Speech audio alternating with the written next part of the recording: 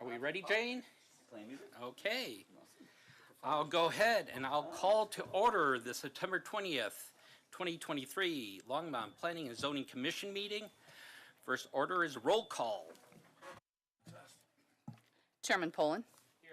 Commissioner Height. Present. Commissioner Tedda. Here. Commissioner Goldberg. Here. Commissioner Flagg. Here. Commissioner Lukacs. Here. Commissioner Popkin. Here. Chairman, you have a quorum. Both buttons are going on at the same time.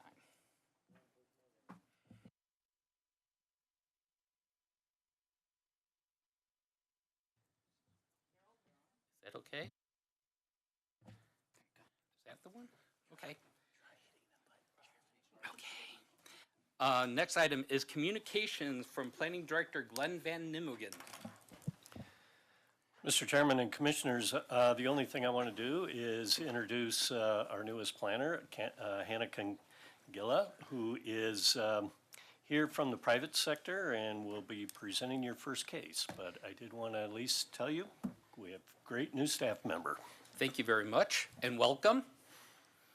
Next item is approval of the minutes. First, we'll take the August 16th, 2023 meeting minutes. If there are any comments, questions, or motions. Commissioner Goldberg. Yeah, thanks, Chairman. I move for approval of the August 16 minutes.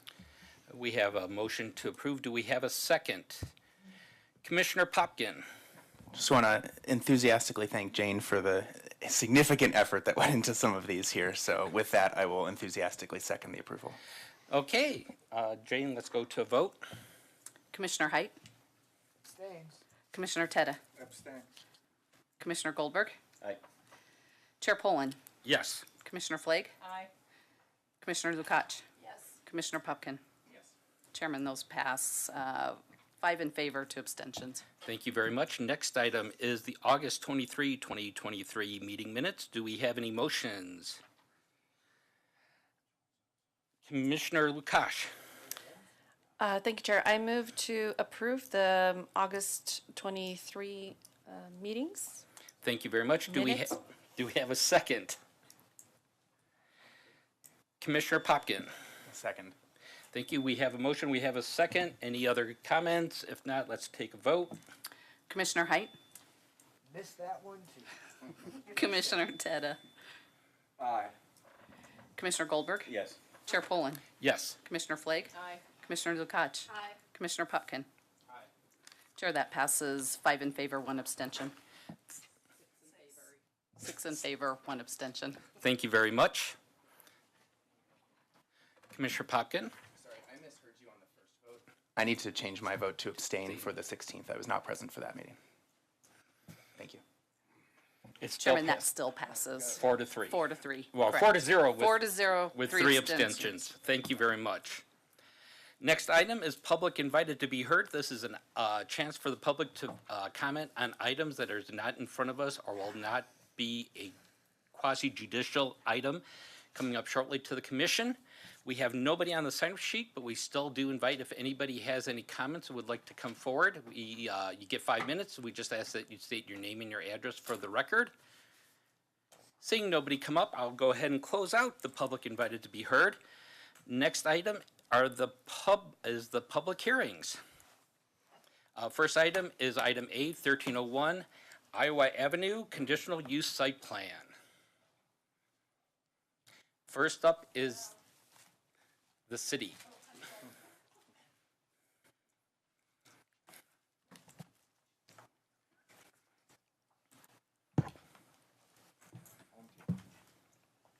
Good evening.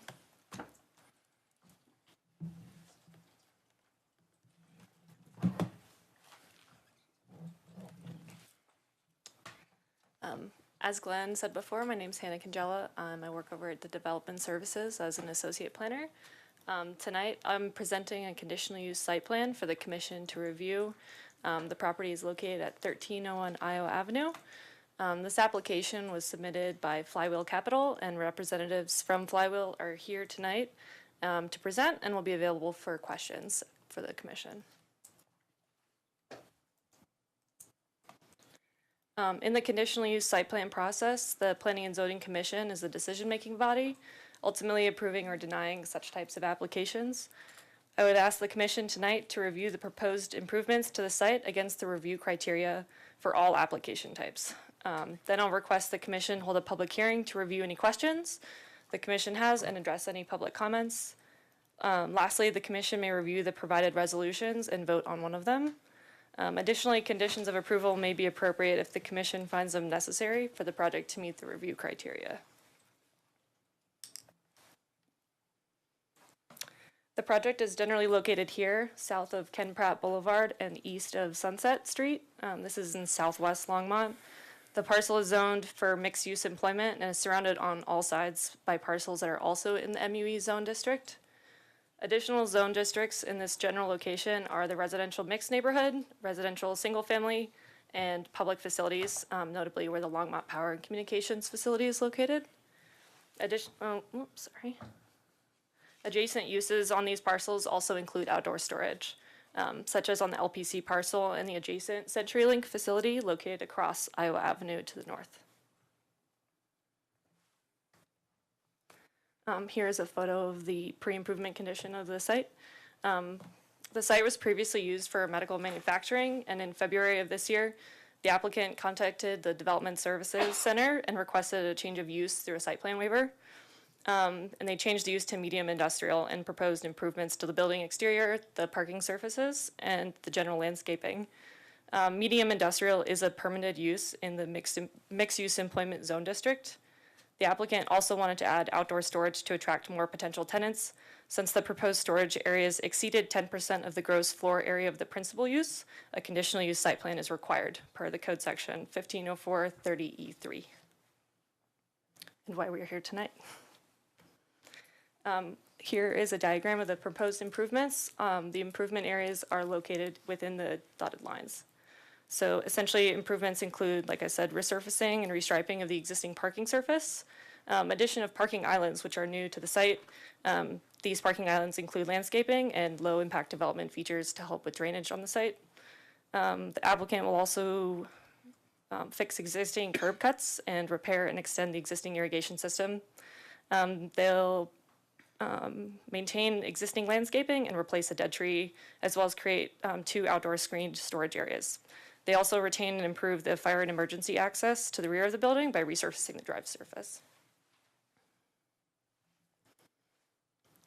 And here's a rendering provided by the applicant. You can see the building improvements on the facade, new landscaping installed in the parking area, and the existing vegetation along Iowa Avenue.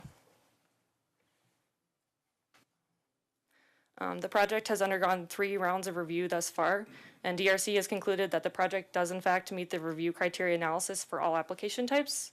The proposed improvements and the use are compatible with the surrounding land uses and will not negatively impact any surrounding properties. Public Works has reviewed the project to ensure that the improvements to the utilities meet code requirements and that there is sufficient access for fire and emergency services on the site. The project has followed the steps for notifying adjacent landowners that are provided in the development review procedures consistent with the conditional use site plan. The initial neighborhood meeting was waived per the planning director as the surrounding parcels include warehouses and the large city-owned parcel. After the notice of development application was sent out and the property was posted, I have received no comments from the community.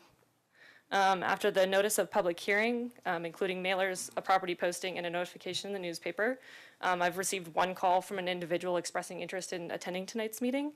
Is that you? Hi. Okay. I made an effort to call this gentleman back. I did not get in contact with him, and I was unable to leave a voicemail. So. Lastly, I had asked tonight that the commission hold a public hearing on this proposal and then consider the 3 resolutions that are presented. Staff's recommendation is that the commission approve Resolution 8B, conditionally approving the site plan with the conditions that all items stored in the outdoor storage area shall not be stacked or stored higher than the provided screening fencing. Thank you all for listening, and I'll be available if you have any questions. Thank you. Thank you very much. Let's hear from the applicant.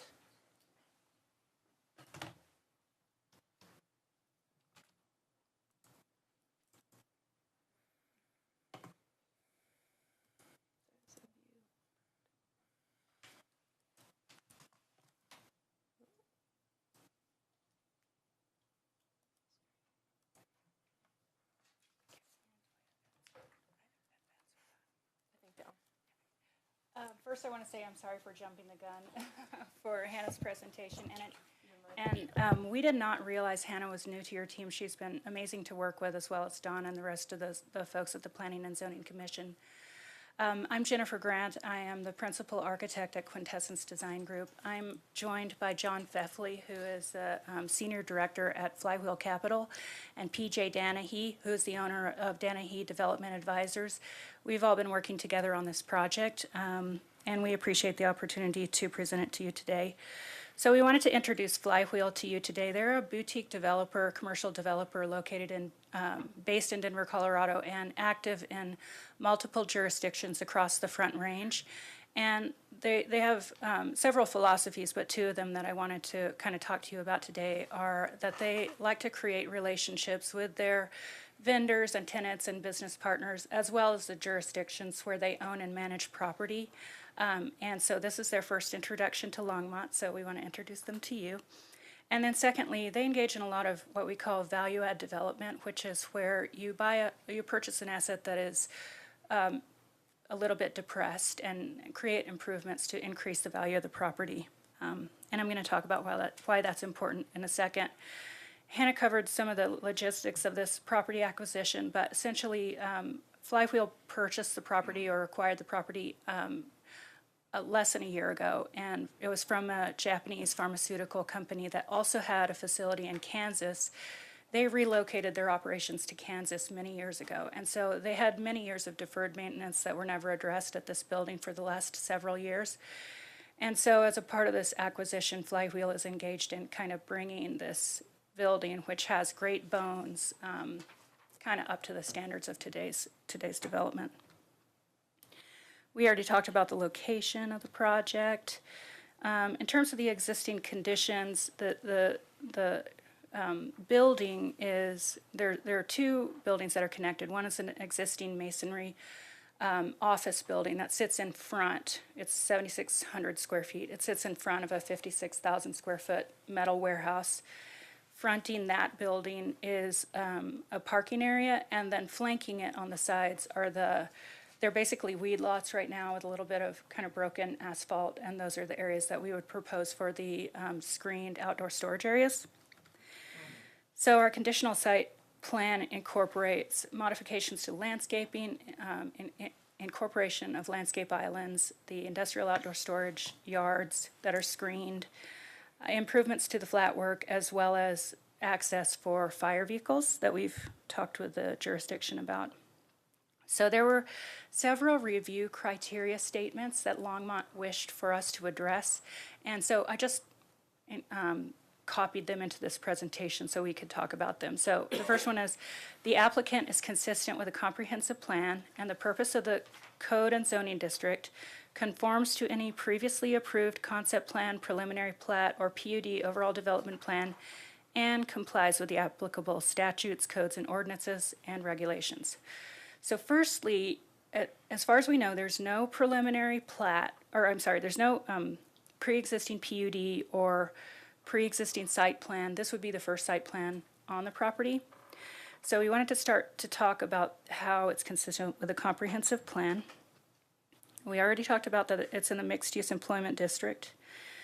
So we looked into Envision Longmont to see how we could incorporate a design that is complementary to your comprehensive plan. And there were several things that we felt really aligned with the owner.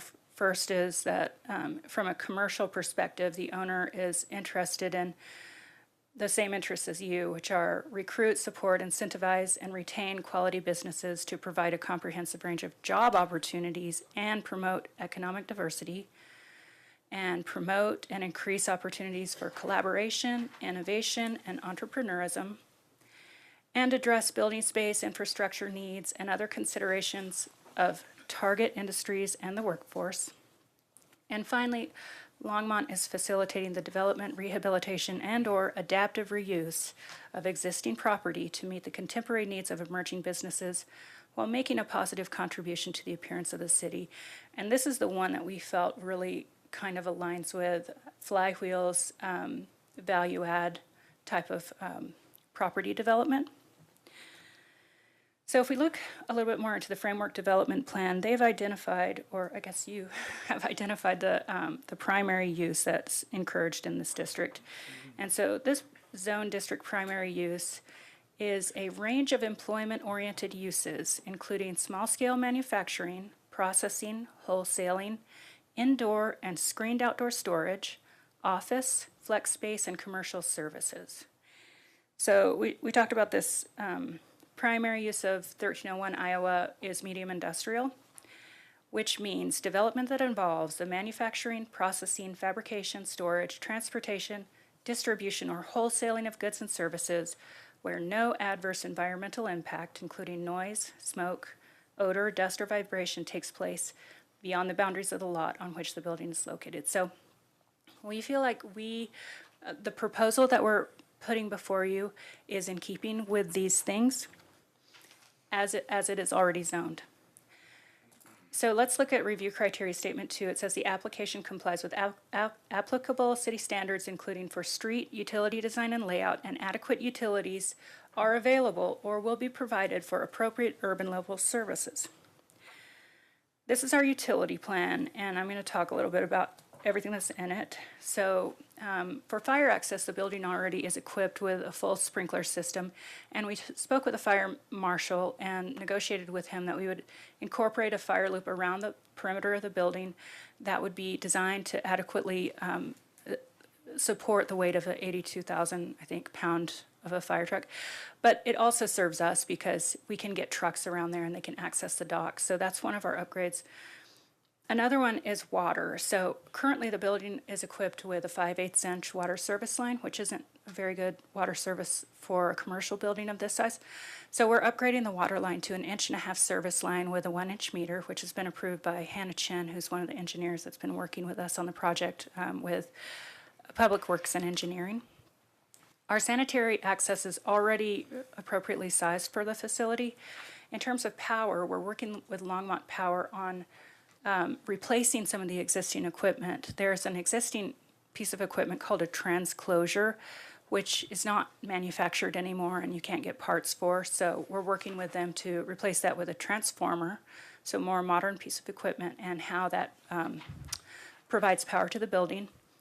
And in terms of heating and cooling access, the gas is private, so I don't know if that applies here, but we are replacing some of the heating and cooling equipment in the tenant improvement project that we have going on in the office area, which is under a separate permit. I don't think it's part of this application. So if we move to review criteria statement 3, the application proposes development compatible with surrounding property in terms of land use, site, building layout, design, and access. So in terms of the building layout, it's not changing. We're not adding to or subtracting from the building layout, so that doesn't change. We've talked a little bit about the site, but we'll talk a little bit more about it.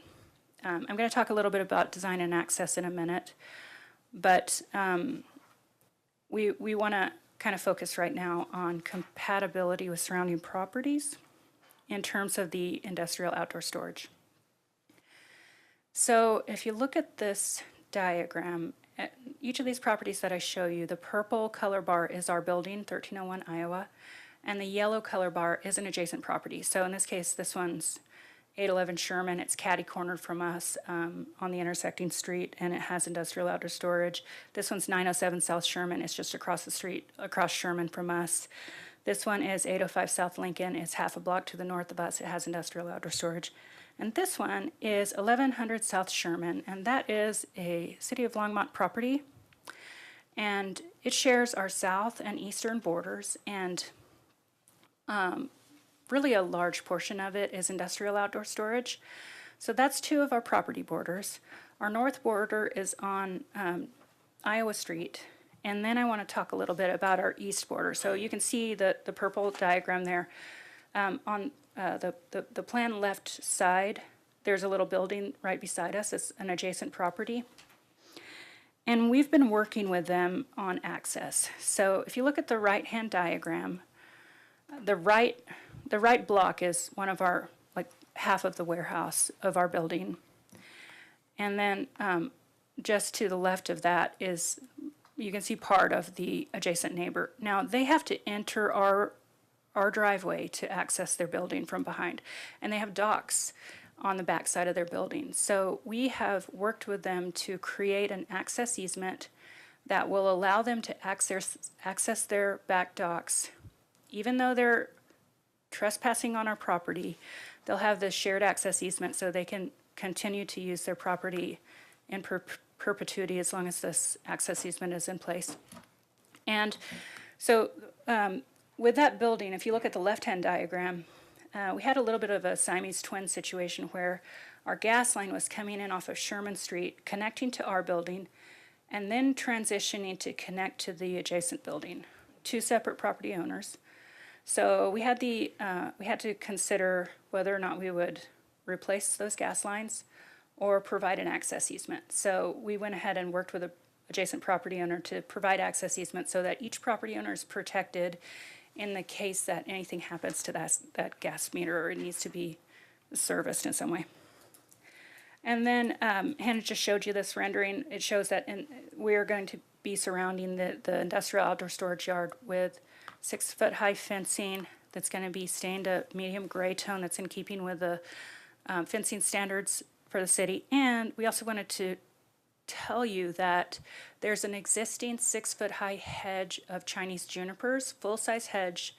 So when you're driving along that street, only at the very entrance where we have the parking can you really see into the property. It's mostly screened already. So behind that hedge, we'll have the screening wall that's required by the city. So I think it's going to be really well screened. So let's move to review criteria statement 4. The application will not adversely affect surrounding properties, the natural environment, existing or planned city transportation or utility services or facilities, or the adverse impacts of the use will be mitigated to the maximum extent feasible. So we already talked about the utility services and facilities. We're kind of upgrading a lot of them that need to be upgraded. I'm going to talk about city transportation in a second, and we'll talk about the natural environment in a second. But what we want to talk about here is adversely affecting surrounding properties. And so in my experience, when you improve a property, the surrounding properties' values tend to improve as well. And it kind of works in the opposite direction too. If you let a property go fallow, then some of the adjacent properties can as well. So we have already replaced the roof, added new exterior paint, and then we're in this whole process with the jurisdiction of refinishing the office area, replacing utilities, and upgrading the site amenities. So we're really in the process of trying to actively improve the property.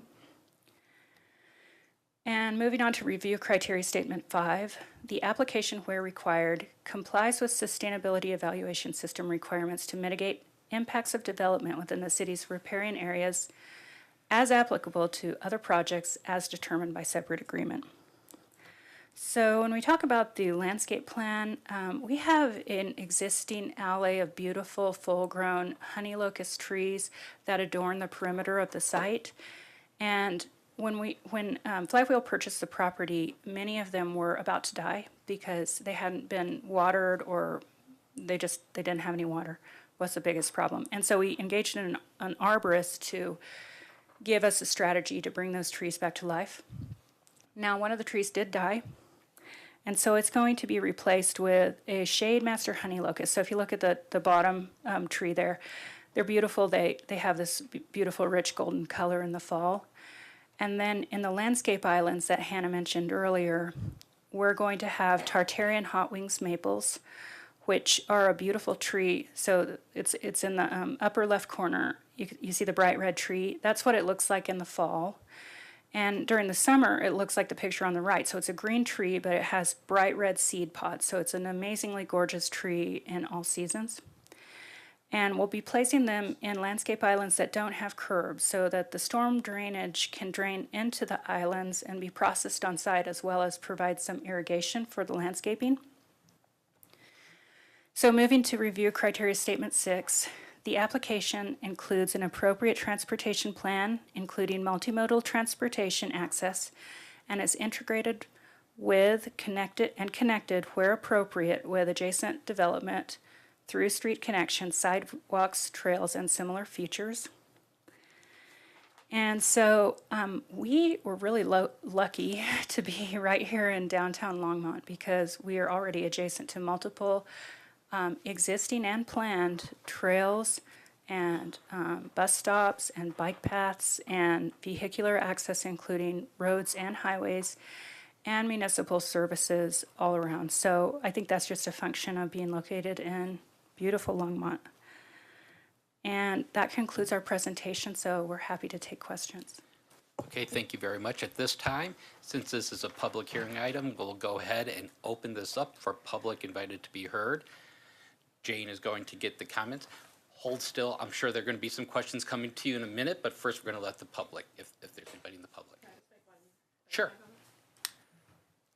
As Jeremy pointed out, in general, the site has been administratively approved, so the item that we're focusing on here today is the use of the outdoor storage. Sure. So I just want to contain the comments and discussion to that use. Yes.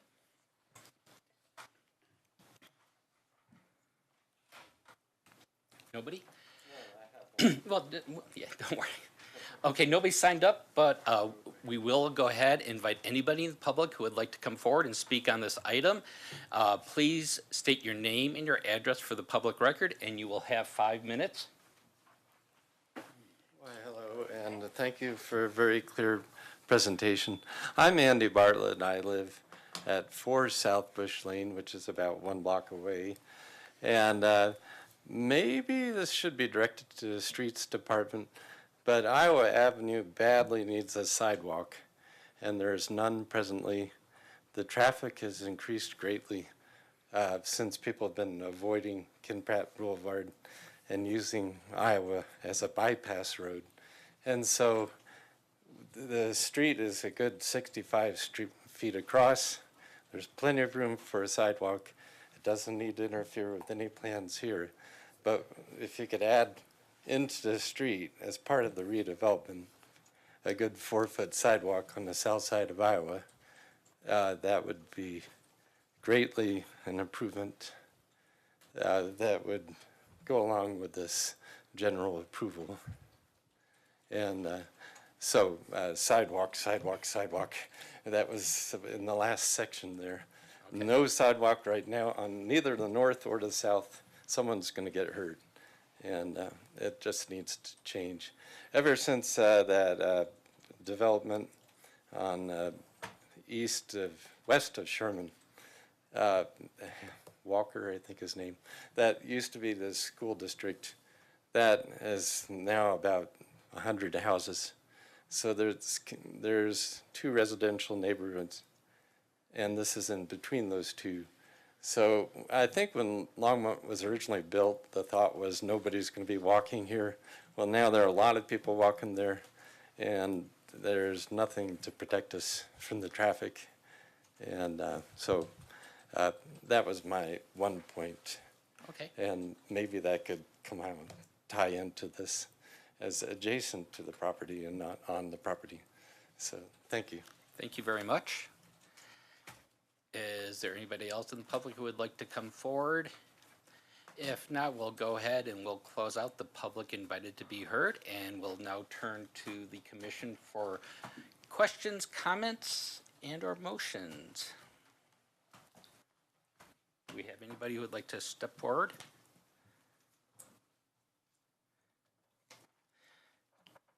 Commissioner Flake.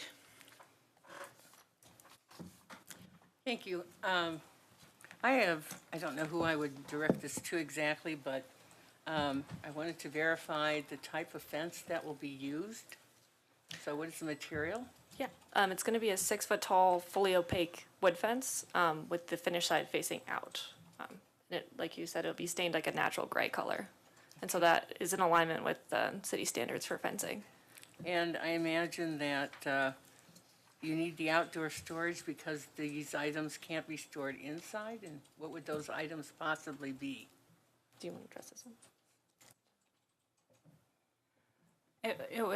We don't know yet because we don't have a tenant for the space, but we did have a tenant looking at the space that was a contractor, so they would have the items that they don't normally store inside, so maybe a stack of trusses or a stack of bricks or something, It would be very orderly, and we would have lanes going in the outdoor storage area to adequately designate and provide access, and there would be nothing stacked above the level of the fence. So as a pedestrian or as someone in a car, you wouldn't be able to see anything. Tell me about the lighting for those two storage areas. Yes, we have an electrical plan that we're incorporating pole-mounted lighting, so it will be adequately lit and safe, and that's a priority for the owner. So there are two large pole-mounted lights in each storage yard, and it's shielded so that the light trespass doesn't leave the site. Also, I'll let you know that as part of the DRC review process, we reviewed the photometric plan for this, and the light temperature and all the other standards are in conformance with city code. And the light bulbs themselves would not be viewable from any residential area? Yeah. Correct. All lights are fully downlit and full cutoff, and there's no light trespass beyond the property line. And the last question came to me because, as the gentleman talked about, I know this is a small area that you're changing on the site. Is there any possibility that our traffic department could have required sidewalks in addition to any improvements? So as part of the DRC review process, we actually discussed adding sidewalks to this portion of that.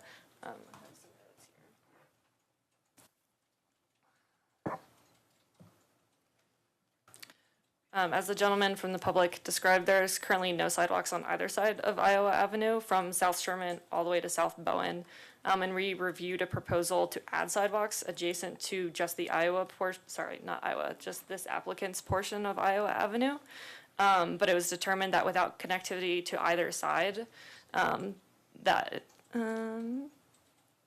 sidewalk would not function as intended if it's just a single strip along the entire right-of-way. So it'd be a standalone sidewalk instead of providing connectivity. To my knowledge at this time, there's no capital improvement project for modifications to the right-of-way at this time. I understand that part, and one has to start somewhere. So does Public Works, Traffic, Transportation have in place any kind of a way to collect funds towards the possibility at some point in time, enough could be collected and the city could match funds, I'm just thinking out of the air here, and create sidewalks, because as everything changes over to mixed use, we don't know what kind of uses that might be requiring people to walk. Or if they want to walk to work. There's that. Good evening, Chair, members of the Commission. Josh Sherman, Civil Engineer with Public Works on the Development Review Committee. Great question, and I think as Hannah tried to explain, that was something that was considered during the review process. Just to elaborate on what she said a little bit, that in looking at where the property boundaries are, the property line in relation to the back of walk, or not the walk, but the back of a paved section, there would also be some additional dedication of right-of-way to be able to facilitate a sidewalk, which would also disturb a lot of that mature vegetation that was described previously on the frontage of this lot. So that was one consideration, and then I think you actually mentioned it before, something else that's also considered in situations like this is the scope and scale of the proposal that's being considered. So just the outdoor storage use piece related to the overall property, as if it were going to fully redevelop, which in this case is not necessarily fully redeveloping, since the building's not changing and things like that, that's been described. To answer your question on the second part with regard to can we take in funds, there is the ability to, in other development applications, we do that. In fact, we do that through our public improvement agreement. If one of those are in place, in this case, there's not substantial or really any public improvements that were considered with this particular application, so that wasn't considered. It is something that is considered on other applications or could potentially be done here if directed. Just for curiosity's sake, how wide is the existing right-of-way there? I was looking at their Alta map, which I don't have in front of me right now, as well as measuring Google Earth while this conversation was going on in the background. It looked like it was about 44 feet flow line to flow line. So actually in this industrial area, what's happening is there's not even curb and gutter. there's just a small gutter pan along the edge of asphalt pavement. And then the right-of-way was immediately behind that, on the south side at least.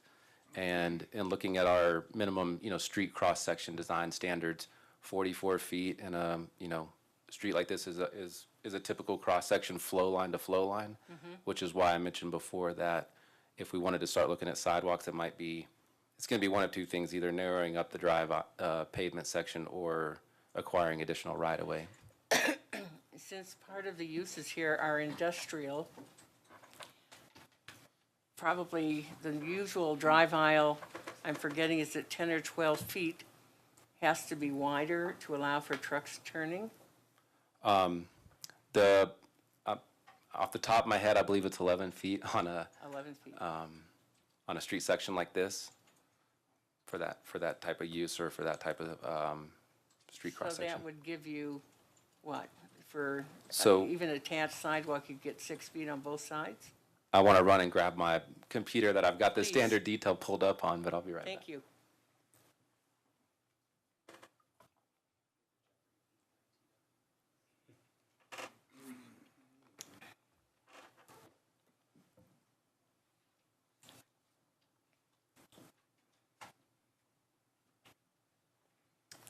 So I have in front of me our city standard details under section 200 for the street standards. And for a local street section, and forgive me, I'm gonna have to look and see, or maybe Hannah can help me if this is a local street designation, which I assume Iowa might be. It's actually 10-foot travel lanes and then 7-foot parking on both sides. So it's a relatively wide street cross-section there existing today versus what a local street parking on two sides would be 34 feet. If we were looking at a much larger street cross-section such as like an industrial collector, then we're talking about 12-foot drive lanes. I don't think this is a industrial collector street on Iowa at this location. But it's sort of acting like one based on the traffic going through. Well, that's based on volume, not necessarily the type of traffic. Understood? So I still think it's probably acting closer to a minor collector or a local street. But the width would be indicated because of that the industrial use down here. Right. Okay. Yep, Thanks very much. you're welcome. I'm done. Thank Done. you. Hey, Josh, can you come real quickly? Not necessarily for this, but for public who have any questions regarding sidewalks, should they, instead of waiting for something? They can certainly reach out to me, or they can reach out to my counterpart is Tom Street on the engineering administrator side for our streets and drainage on the capital program side. Okay, thank you. You're welcome. Next is Commissioner Height. Thank you. I slaughter names. Kangella? Yes. Fantastic.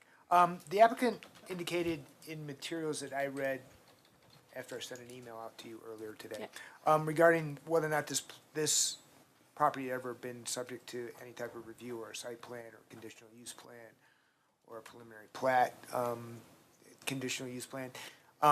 And the indication was, as reported by Ms. Grant today too, that there's never been a site plan for this property. Is that correct? Thank you for your question, Commissioner. The parcel was annexed in 1961 as part of the really large Southmore Park annexation. At the time of the annexation, no concept plan was created, so there's no way to amend a concept plan. In the same way, there's no preliminary plat that pertains to this parcel in the area. We reviewed all development applications for the whole annexation area. Okay, I appreciate that. And then my next question for you is the 6-foot-high fence and then no storage, I guess is indicated in your recommended condition of approval, that there be no storage higher than 6 foot. Where does the 6 foot come from? Longmont Municipal Code standards. So all outside storage in this area or anywhere in the city is limited 6 foot For Behind- non-residential zone districts, yeah. behind screening? Or just that the fence height is 6 feet. And, okay, so the fence height is 6 foot, but is the screening then required to be below 6 foot? I'm just wondering why both are 6 foot. So as part of the standards for outdoor storage, all items stored have to be fully screened from public rights of way. So that's the vegetation plus the fencing is to achieve that purpose. Then my last comment to the applicant is I'm so happy that an MUE application is coming before us not to be a secondary use for residential. Thanks. Commissioner Teta. Well, I'm a little torn because I know we're just here to review the storage containers, and yet it really seems like it'd be a shame for us not to get them to put a sidewalk in on their piece of the frontage on Iowa, regardless of when the city might catch up with the rest of the connectivity in the area. So I'd be in favor of trying to condition that. Feels like they're willing to spend a lot of money on their property, on the parking lot, and maybe they could spend a little less on that and put a sidewalk in.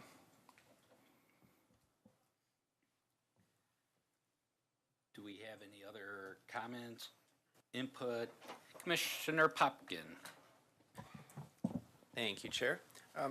Maybe just a couple quick clarifying questions. I respect my fellow commissioner's suggestion for a possible condition on the sidewalks.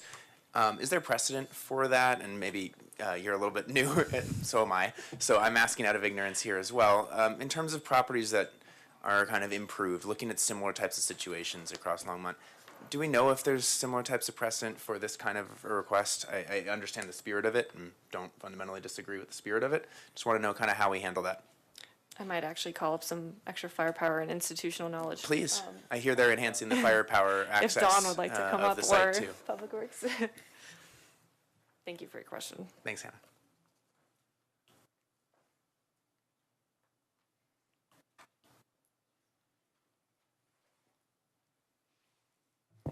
Chairman Poole and members of the commission, Don Burchett, could you repeat the question, Commissioner Popkin? Of course. I just want to understand if there's, so my fellow commissioner had floated the idea of a possible condition for a sidewalk for a public-facing sidewalk for the portion of their property that's adjacent to their portion of the property. I'm just curious, like, how the city has handled that in the past for similar types of conditional site use upgrades, similar types of situations. Sure. So, it really varies by, I would say, the location, the extent of the improvements that the applicant's going to be putting into the property, looking at trying some proportionality, and also looking at the existing conditions and the type of application that's in for review. So if we were looking at a larger project where we were building additions, maybe we didn't have existing landscaping in the location where this sidewalk would go. If we were doing a plat that was creating the lot where we could get the adjacent right-of-way added so that we could have that and have the applicant build that for us, then yes, we have done that. But on smaller projects or projects where the scope of the improvements are limited and the impact truly for what needs to be done and based on what the applicant is proposing, we've done where we've not made them put in all their improvements either.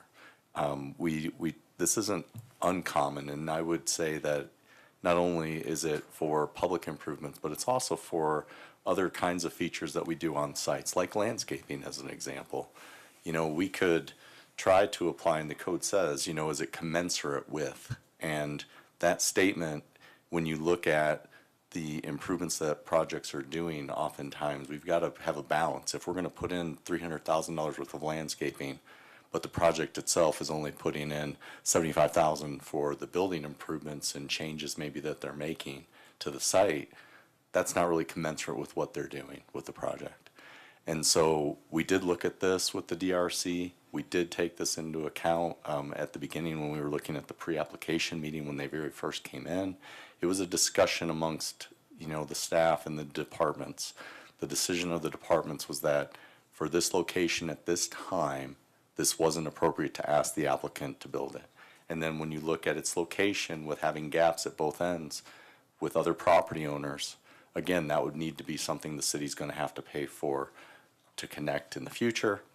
Then we start looking at road projects. When we go in and we redo that road for overlay, if we look at improving the drainage, if we put in curb gutter, then we do the sidewalk. That would be part of that capital project that we would do when we work in that neighborhood. That's really helpful, Don. And if you were to do that capital improvement project type approach with the sewer, the gutters, potential landscaping, other design, I presume your goal the city's goal would be to make it contiguous and consistent. Correct. And having this kind of one patch of a sidewalk, however necessary it does sound like it will and how useful it will be, that would almost be a disruption and perhaps a construction impediment along the way. It could too. be, because in order to tie that in to the full length, we would have to look at the full length of that road right-of-way from intersection to intersection. You bring up a great point there. A couple of things I do want to point out. One other thing that was talked about by Commissioner Flagg is, does the city have a funding mechanism? Well, I don't know that we have a funding mechanism, but we have a program for missing sidewalk sections in the city. And so, for example, on 17th Avenue this year, staff has been acquiring rights of way and is going to be putting in missing segments of sidewalks along that arterial street. A very busy street, a lot of activity, a lot of pedestrians. We want to make sure we fill in those missing areas. We also have looked at that south of 9th Avenue on Hofer Road on the west side, down by the Denio West project. There's, again, gaps in our system. So there is a program for identifying where those are missing and then prioritizing those and working on getting those done. So it is a cost to the city, obviously. And so we try to prioritize those areas where we feel that there's high potential for danger and conflicts with our pedestrians and our vehicular traffic. And those are typically on our arterials right now. Those are the primary areas we're working on for that. So that kind of answers a little bit too to what Commissioner Flagg was talking about. Great. And while I have you, I got two more questions. Okay. The first is, in your professional opinion, you kind of mentioned this kind of size of project matters. Mm-hmm. And in your professional experience and opinion, and Hannah, I welcome your take on this too, from small to large, does this generally sit more on the small type of upgrades Yes. to a site versus large, just so we're thinking relative to other types of properties and all that? Yeah, for the amount of while there are some landscaping improvements in the parking lot that are going to happen, irrigation improvements that are going to be put in, when you look at the actual area that they're asking for the conditional use on, it is the outdoor storage itself. So we're really looking at some kind of material in those areas that things can be stored on, and then fencing around it to screen it to make sure that it is screened from the rights of way and the other properties.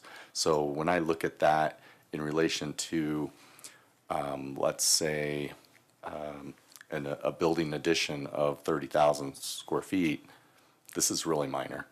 Yeah. And Hannah, would you also agree with that? Just getting a second opinion from my dad. For what it's worth. For reference, the original improvements to the site were being processed as a site plan waiver, as a change of use, which is one of our most minor application types. Yeah. Thank you for that. That's really helpful context. I also just want to note that, I appreciate that the applicant clearly seems to be thoughtful with how they're approaching their conditional site upgrades. Could just, pave over paradise and put a parking lot here, and it sounds like you're actually giving some thought to the irrigation, the utility upgrades necessary, the fencing's required in terms of the city code, but the landscaping, the approach. So I appreciate that you're thinking about all of that. One more question for either Don or Hannah. Also a precedent question. So is it common that the city requires, as this draft condition suggests, that all items stored in an outdoor storage area shall not be stacked or stored higher than the screening fence? Is that a common condition that either the commission has applied in the past? Again, pardon my ignorance of being still midway through my first year, or that the city has generally applied for similar types of projects? Commissioner Popkin, so what I would say is that there's a couple things going on, and I don't remember this section of the code the best, so I'm not going to say that it is a requirement, although it may be. But to be clear, we want it in the record as a condition that storage areas will be screening the outdoor storage. In order to make sure that happens, we want to make sure the applicant understands anything that's stored in those areas has to be below the screening so that it's not visible. The intent of the code is to make sure that we're mitigating that outdoor storage, the impact of seeing that from the adjacent properties. That's why we've put the condition. I think we have Josh behind you ready to add to this. All right, I'll let Josh take over. I don't know if I want to add to to that particular response, but I want to add to the previous response. So mentioning the city's capital improvement program, and like Don mentioned, we have a missing sidewalks program, which actually may have come up in conversation in the last commission hearing a month ago. So I pulled that back up again here, and in the 2023, the 27 capital improvement program and in the approved budget, in fact, Iowa Avenue from Sherman Street to Bowen Street is included in the funded project for missing sidewalks. So that's the section along this frontage. Just a second, let me get to you. I gotta. I will yield to my fellow commissioner. Thanks. Thank you. So, Josh, what year?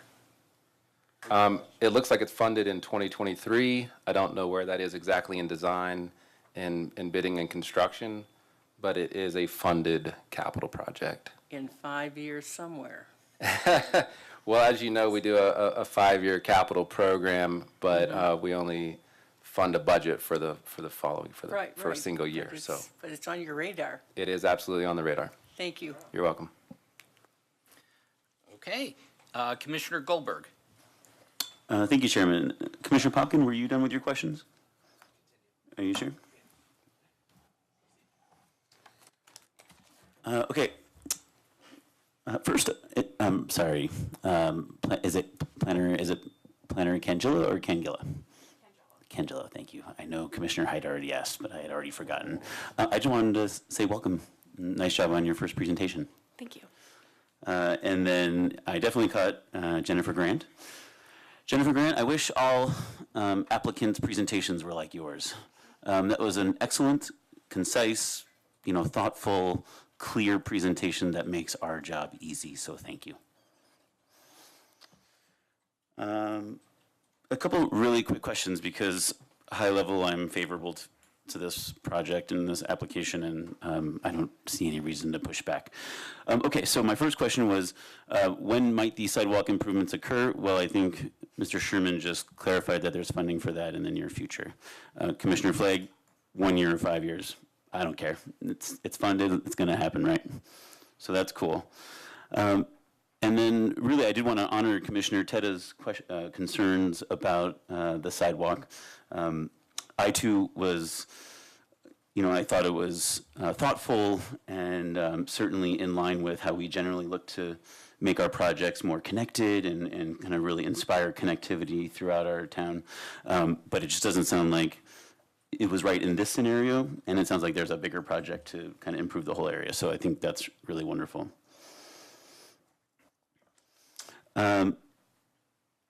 Jennifer, are you able to accommodate the height restriction? There's a condition being recommended to us by city that you limit your storage to the height of the screening. Is that something that you feel comfortable accommodating? Yes, the development will put that in the leasing agreement with the tenant, that they can't stack anything above the requirement per the city.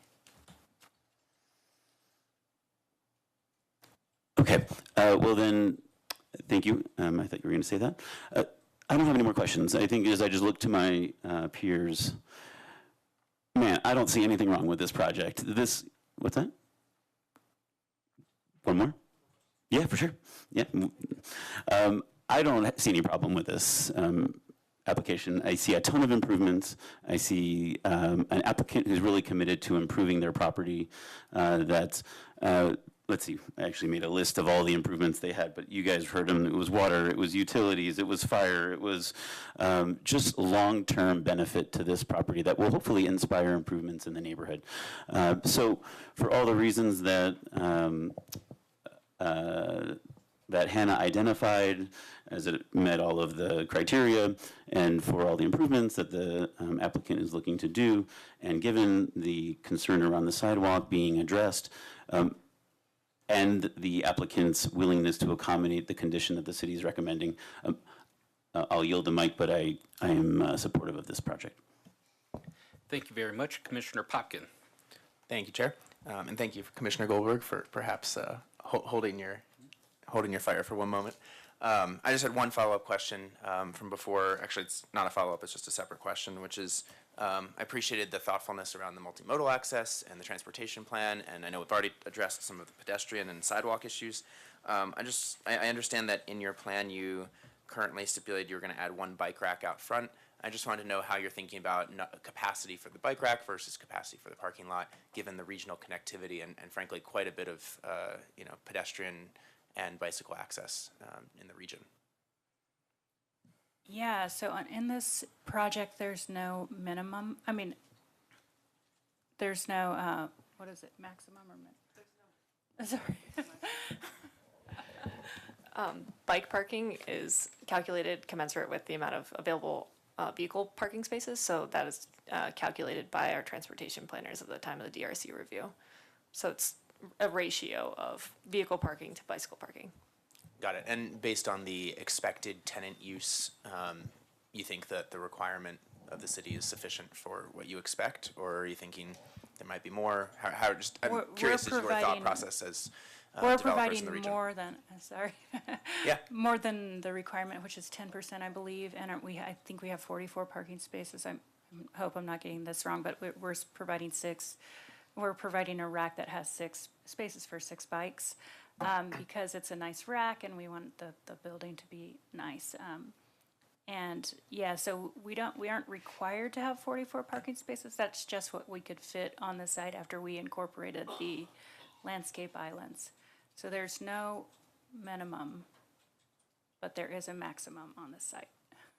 Great, I appreciate that. Like some of my fellow commissioners have said, I have no qualms with this project, and I think it sounds like a good neighbor upgrade. I yield. Thank you, Commissioner Lukash.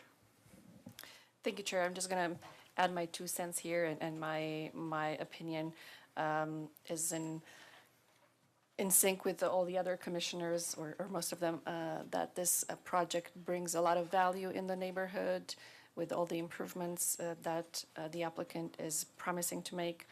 And I definitely appreciate the conversation around the sidewalk, and I'm glad to see that it's on the CIP schedule. So I think I'm happy with the project. So I will be in favor of this project. Thank you. I'll go ahead. I'm going to put in my 2 cents. Once again, I appreciate the applicant's thorough presentation to us. They did a good job explaining how it meets Section 1502.055, Sections 1 through 6, and so for that, I will be in favor of this. And I guess I'll go ahead and make a motion that we approve PZR 2023-8B with the one condition: all items stored in the outdoor storage area shall not be stacked or stored higher than the screening fence. Commissioner Height.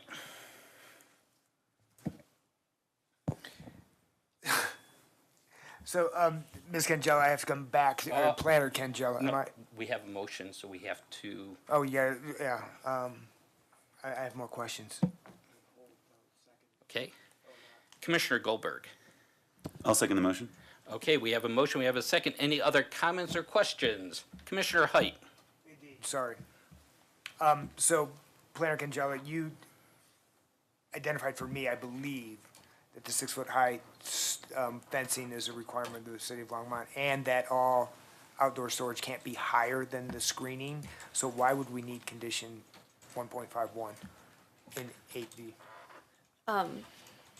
Don Burchett was speaking about this, that the intent of the code is to ensure that no items being stored are visible. There is an example of a facility where they had a conditional use for outdoor storage, and the fencing was the 6-foot requirement, but somehow the way they've stacked their outdoor storage, it's still visible from the public right-of-way. So we're wanting to ensure that, despite any considerations around the code or loopholes, that we have the precedent to go in and enforce the fact that nothing should be stored above this fence or visible from the public right-of-way. So, there's a problem with the way the code's written such that we need to have this to ensure that we meet the intent of the code, which is now contradictory to what I understood to be the code. Thank you for your question. In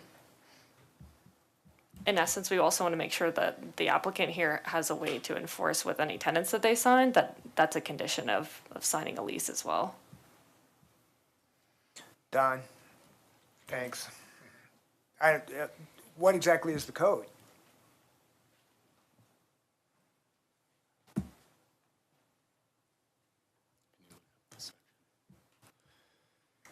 Chairman Poland, Commissioner Height. So, the thing that you guys, I think, hopefully understand is that we have property owners that when they tell us they're going to do something, they do it. We have codes that say you have to meet certain requirements. And then oftentimes we add conditions that are another way for us that if we have to get into the going through code enforcement and prosecuting them through court, we not only have a code section that talks about screening, but we also have a condition of approval of a project that said they agreed to do it. So from my standpoint, we have an applicant who's willing to agree to a condition that helps us with any other future person who goes and stores stuff out there. From my personal opinion on this, I don't see this as a problem, but I don't know how we're going to address this for you. I appreciate that, and I understand belts and suspenders. Now I'm going to ask Jeremy. If we add belts and suspenders, it suggests that the belt wasn't properly fitted, meaning that the statute is unclear. Do you want us to put suspenders around this belt that would allow then somebody else to say, well, the belt doesn't mean what the code? I'll stop with the metaphors. That the statute as drafted apparently doesn't mean 6 foot high, and therefore we've had to adopt conditions to supplement whatever is meant in that code. I think it's clear. I think the applicant's clear. They're going to, cap their storage at 6 foot, but there seems to be a different problem that maybe we're making worse with this condition. Thank you, Commissioner Height. I do believe the code adequately addresses the issue. I'm looking at 1505-130, which is under outdoor service, storage, equipment, loading, and display for development standards. And specifically subsection C, which says stored items shall not project above the fence or wall used to screen such materials. I think the code is sufficiently clear that we don't need the condition, but I recognize staff position that the condition is just an added level of insurance. I don't think adding it here is going to impact us in the future, given that the code is clear that it says shall not project above the fence. So if the commission is so inclined to drop the condition, I think we're fine. If the commission's fine leaving it in as per staff recommendation, I'm not concerned for future enforcement of their properties. Thank you. All. I'm done. Any other comments? If not, Jane, I think we're ready for a vote. Commissioner Height? Well, with reservations, aye. Commissioner Teta? Aye. Commissioner Goldberg? Yes. Chair Poland? Yes. Commissioner Flake? Aye. Commissioner Lukacs? Aye. Commissioner Popkin? Chairman, that passes 7-0. Thank you very much.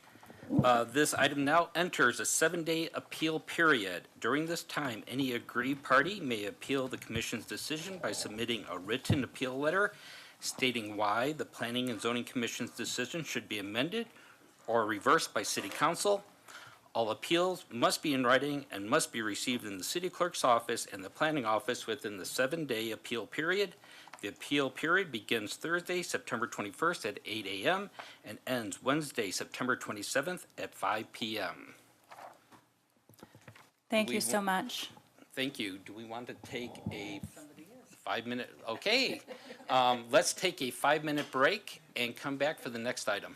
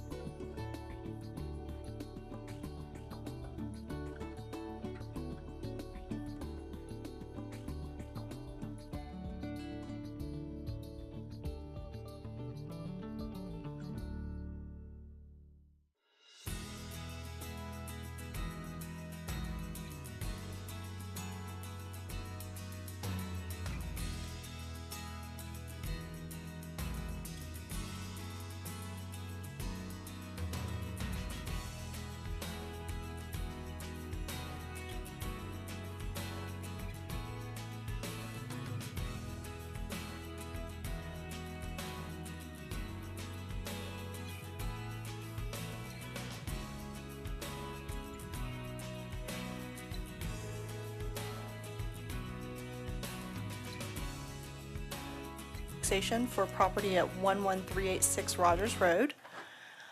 In terms of location, the subject property is this particular one outlined in yellow. So it is basically north of the sugar factory area. It is just south of the intersection of 3rd and Lashley. So this particular site is roughly 9.25 acres. It has a comprehensive plan designation of mixed use employment. And it is part of a larger county enclave in this particular area. So, City Council have referred this annexation for formal application at their October 25th, 2022 meeting. This particular request meets the contiguity requirements of Colorado Revised Statutes 3121-104A. As I mentioned, it is part of a larger county enclave. It is designated MUE. The applicant is seeking the MUE zoning, which is the appropriate zoning district for this particular envisioned Longmont land use category.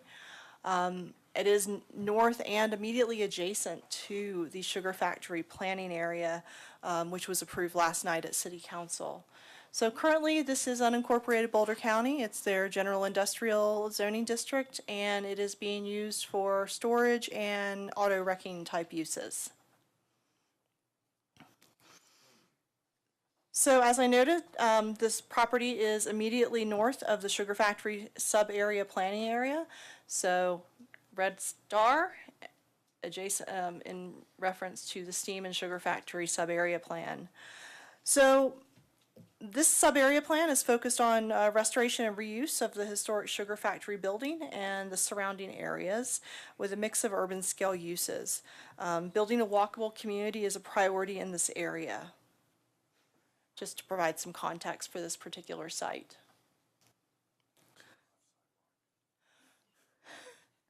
So the applicant in this case is proposing a multifamily development for this site, which is a secondary use in the mixed use employment zone. It actually exceeds the minimum density of 18 units per acre. The current proposed, probably the maximum proposed 355 units of multifamily would have a density in excess of 35 acres, which is permissible within this zoning district. It does meet the review criteria for all application types and annexation, and it is consistent with Envision Longmont. So just as a side note as well, all required notices were mailed and posted for this project, and the required neighborhood meeting was held. No members of the public participated in the neighborhood meeting, nor did staff receive any written comments regarding this particular application.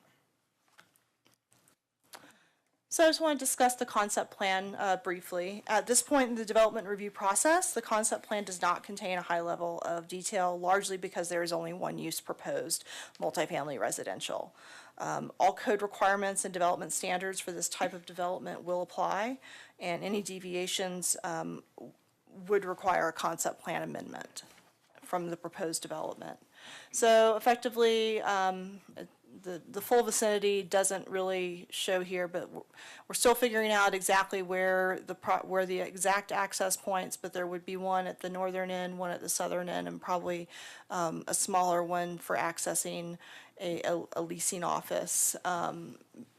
More likely than not, you would see some sort of connection up to Lashley Street at the north, most likely. So in terms of Envision Longmont consistency, the proposed annexation is consistent with the growth framework, the goals, and the policies of Envision Longmont.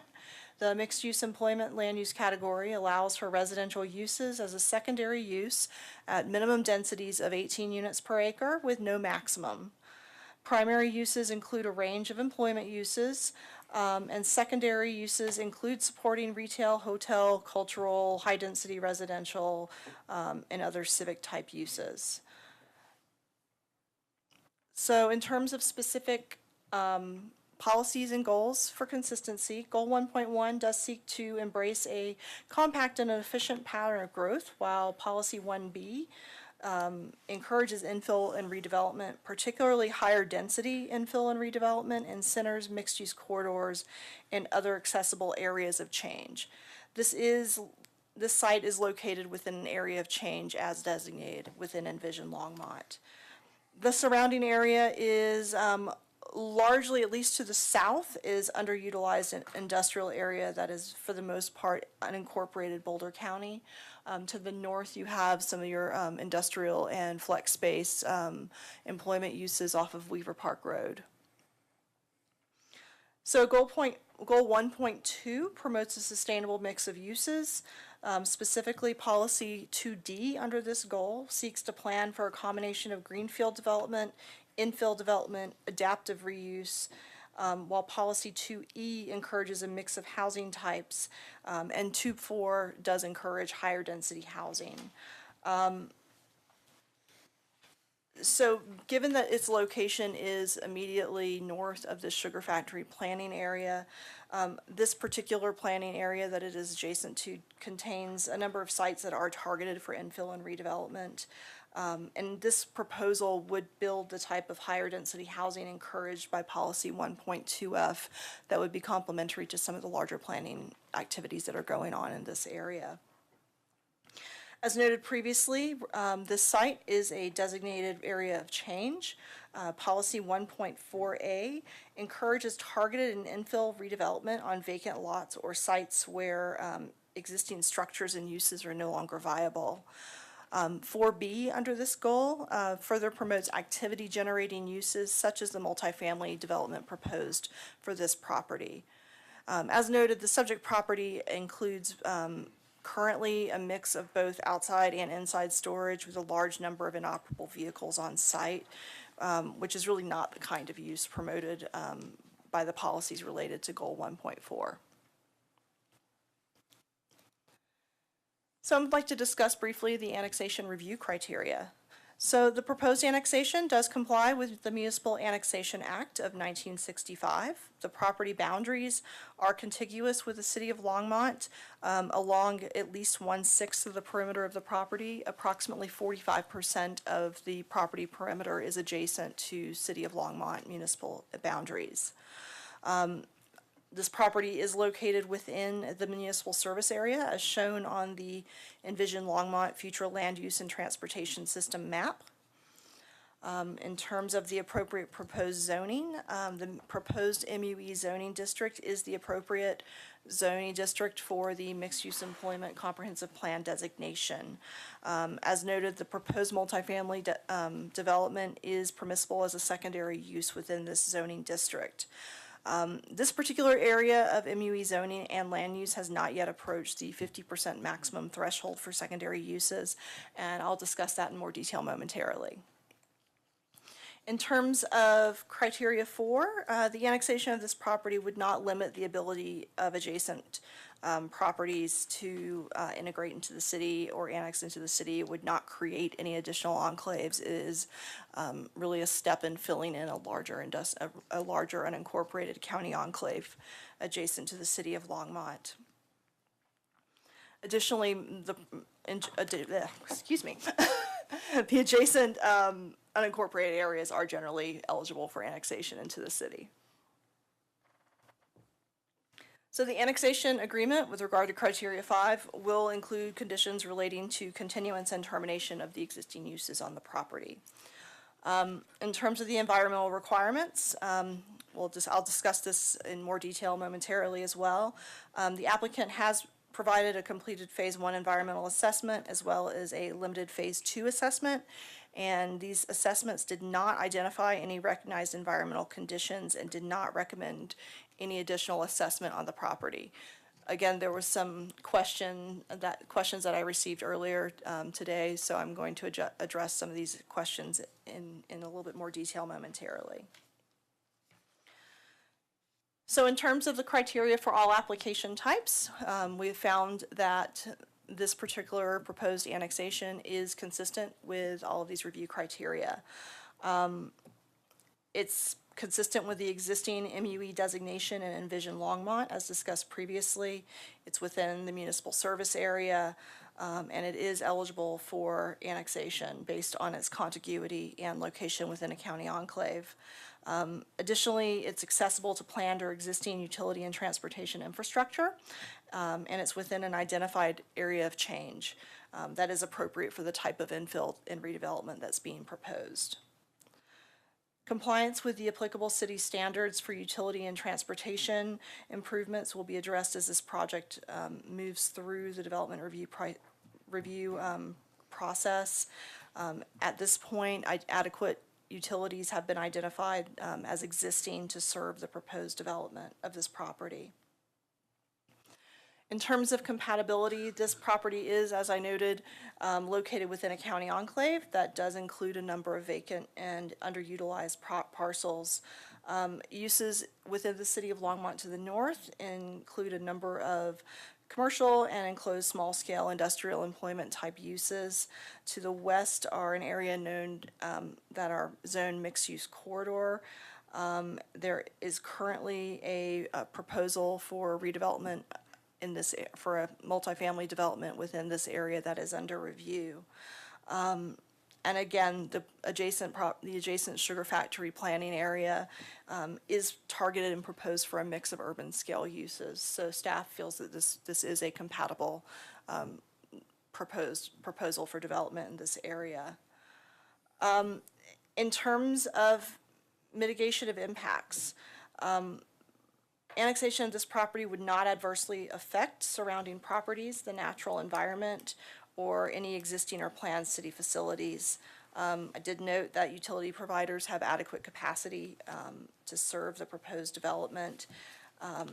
There have been environmental site assessments completed for this property. There have been initial drainage studies as well as initial raptor nesting surveys. As this project moves through the process, there would need to be updates to the drainage surveys or studies, to the raptor and habitat surveys, to as well as detailed tree surveys and tree mitigation studies, et cetera. Let's see.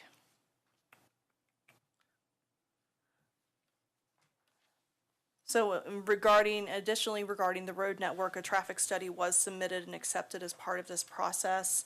And it did find that the proposed development would be successfully incorporated into the existing and future roadway network in Longmont. These studies are included with your packet.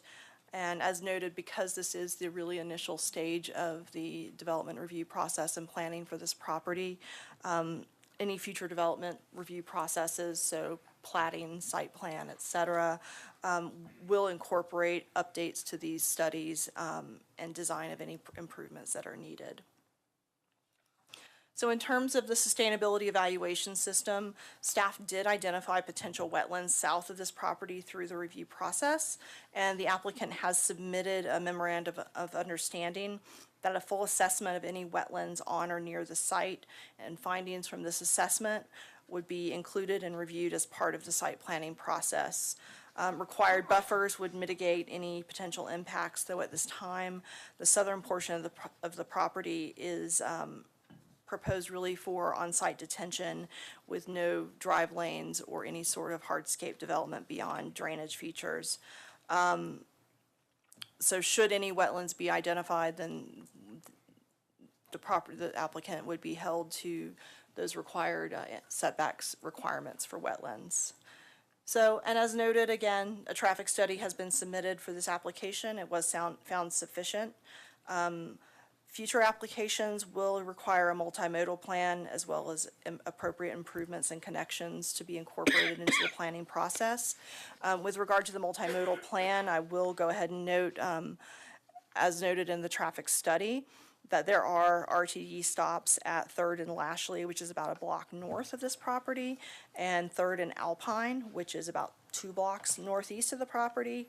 And on the north side of Rogers Road, as well as the north-south streets, there are sidewalks on those properties as well.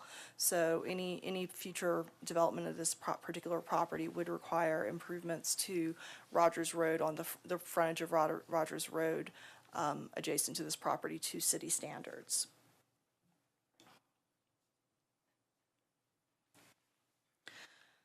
So in terms of secondary use criteria, you know, the proposed development or the proposed residential does have good access to the road network. It would be compatible with the surrounding uses. As I noted, there are residential uses under review for an adjacent property, which is located in a different zoning district. And then the adjacent sugar factories planning area is targeted for a mix of uses that would presumably include some multifamily residential. There are some, that particular planning area, they've had the sub-area plan completed and approved, which really sets a framework for future development in that particular area. So so the proposed residential use is in close proximity to employment uses and could provide a viable alternative to driving for employees who happen to work in this area as well. So it really does meet that compact, efficient development target that we talk so much about. So in terms of whether the secondary use is consistent with the comp plan, it is a permitted secondary use under the MUE comprehensive plan category, and the intent of the underlying zoning district as far as having that complementary mix of uses.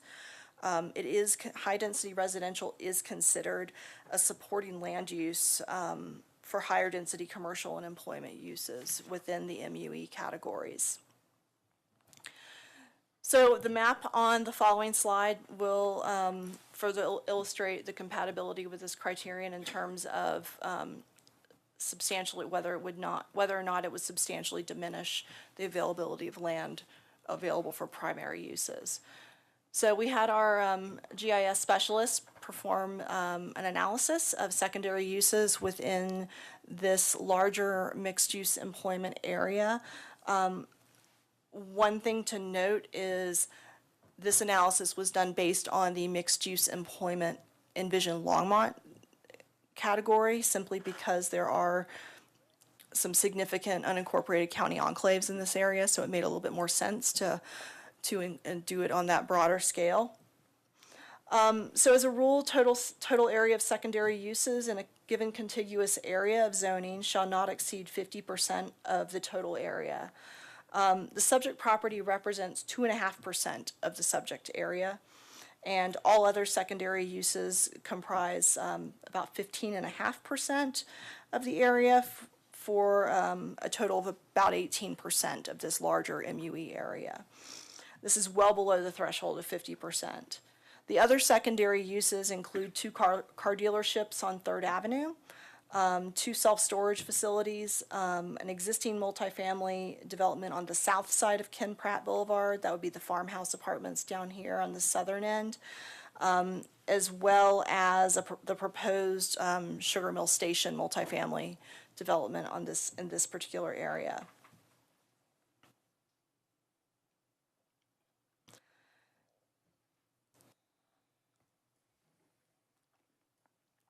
So since this packet was posted, questions have been raised about environmental conditions on the site. A Phase 1 environmental site assessment was submitted with the application for annexation that recommended no further assessment at this time.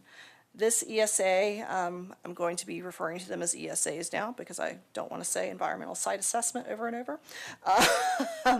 So this ESA referenced a 2021 Phase 1 and limited Phase 2 ESA that had identified recognized environmental conditions, particularly groundwater levels of arsenic, cadmium, selenium in excess of state standards. The 21 ESA is included as an appendix to the 2022 Phase 1 ESA.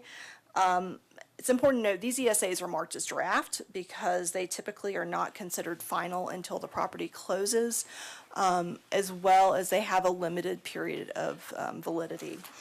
So a follow-up limited Phase 2 ESA was conducted last year that is referenced in the most recent Phase 1 ESA to confirm the previous findings.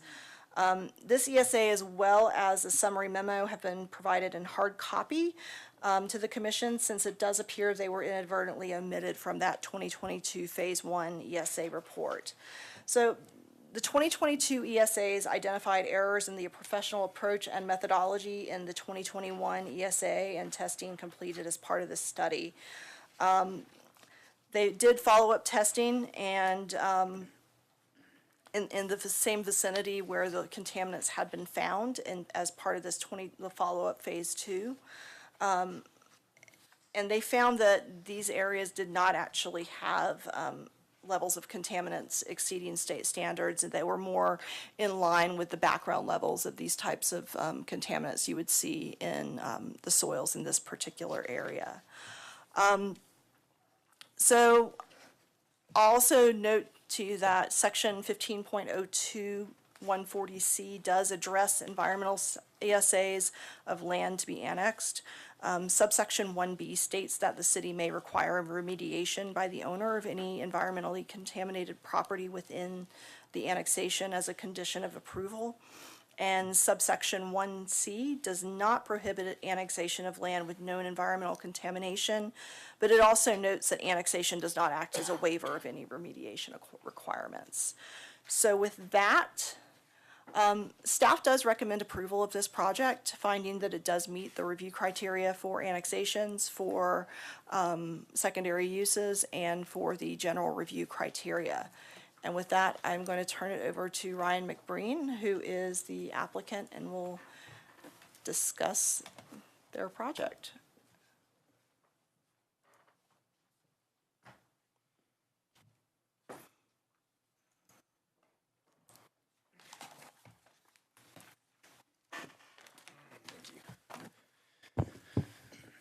Always have to adjust these.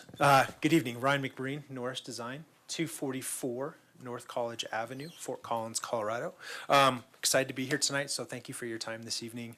And first and foremost, I want to thank Jennifer and the rest of the staff. Thanks for a thorough presentation and actually getting to this point. As she mentioned, we started back October was when we were at the City Council. So, and we understand we're very early in the process. We have a ways to go, but this is the process, so we're going to go through it, and we're excited to be here tonight. Jennifer did a really great job of being thorough with her presentation, especially hitting the review criteria. So we're going to try not to belabor the point this evening, but we're excited, and we want to hit on a few highlights and points and add some color, and just talk a little bit more about this project because we're excited to move it forward.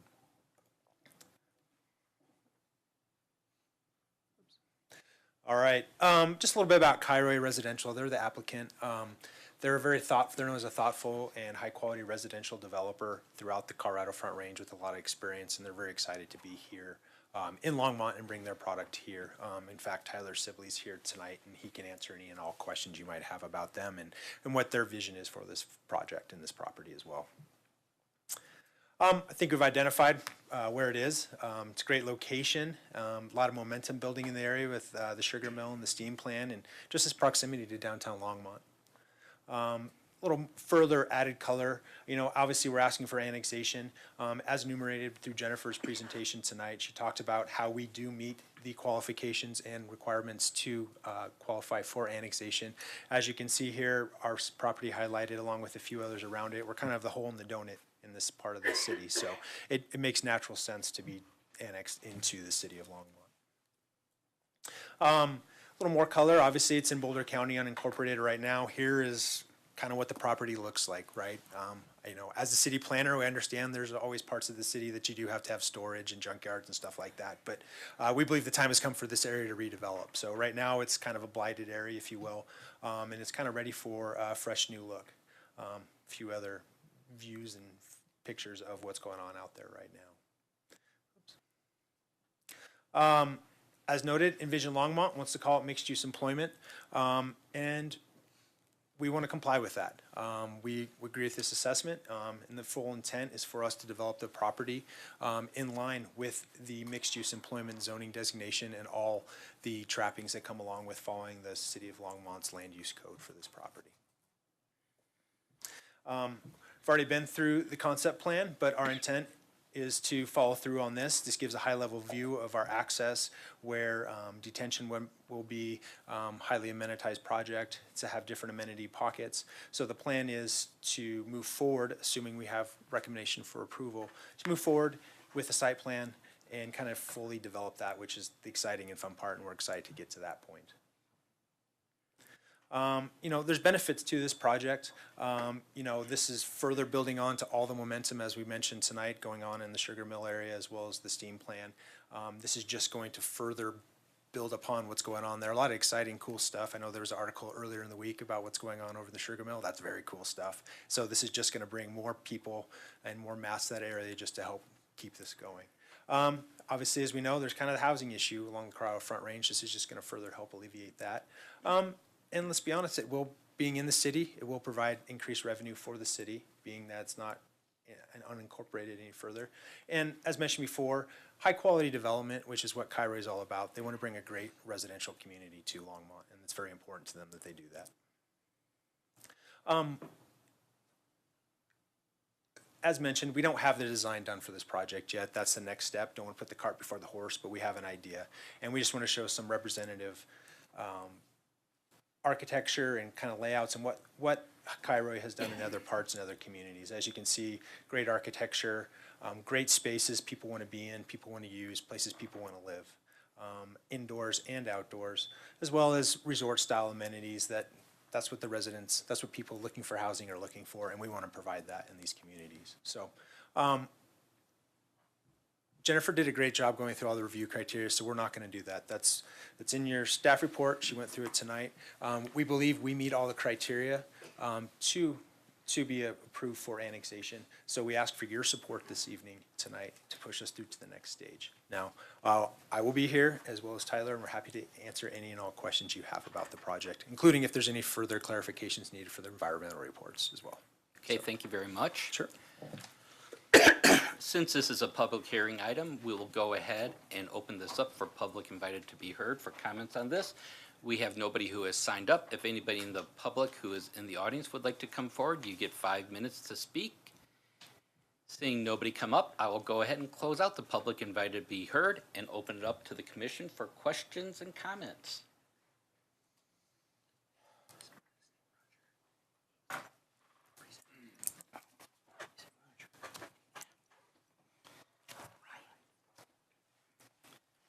Okay, Commissioner Flagg. Thank you, Chair. I don't know with whom I need to talk about the environmental situation on site presently.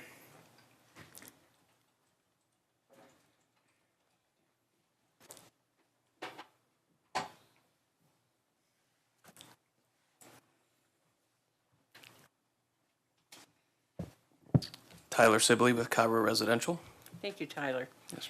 I noticed that the site doesn't seem to be paved. Looks like it's dirt. And so, in spite of any environmental assessment, yes or no on it, what is it going to take to clean that site up in order for residential development to be permitted on it? Yeah, that's a great question. So our agreement with the current property owner calls for them to completely remove all the current occupants' materials. There's about 500 or so leases on the property today that just are governed by month-to-month, primarily month-to-month leases that have, everything from RVs to boats to buses to inoperable cars. And so by the time that we purchase the property, what the current owner owes us is a completely vacant site. Like you mentioned, it's all, call it compacted dirt today, primarily, that, effectively operates as an asphalt surface just from a impervious cover perspective. But ultimately, they owe us the site in a clean condition, vacant of all current occupants and materials. To what depth will the soil need to be removed? Yeah, we don't believe, based on the reports that we've performed to date, we don't believe that there's any extraordinary environmental soil remediation or contamination that needs to be, mitigated or removed or hauled off site. I know that there's been a couple reports that have been thrown around. I think it's important to talk about our process on the environmental front, just relative to our due diligence.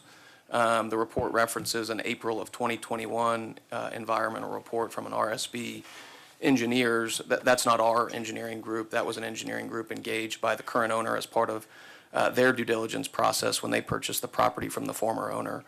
Our process for this property, along with any other property that we pursue across the country, really involves a two-man team of professionals, an environmental consultant group that does all the physical on-site testing, and also an environmental attorney that handles, call it state and local matters that come up and arise with these environmental conditions. And so, as noted in the Phase 1 report, part of our due diligence is we make sure that our consultant team is provided with those historical reports that are provided to us as part of due diligence. So naturally, we noticed that there was some potential recognized environmental conditions associated with that April 2021 report that the current owner performed.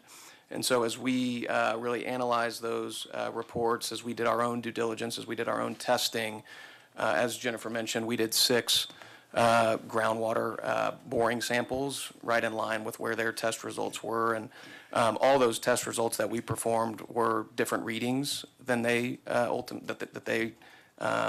provided via their consultant. And so we did a Phase 2 report, not necessarily because we had to, just out of the abundance of caution, belt and suspenders, if you will, to ultimately just confirm that we didn't have to go do anything else above and beyond, just the traditional on-site construction activities.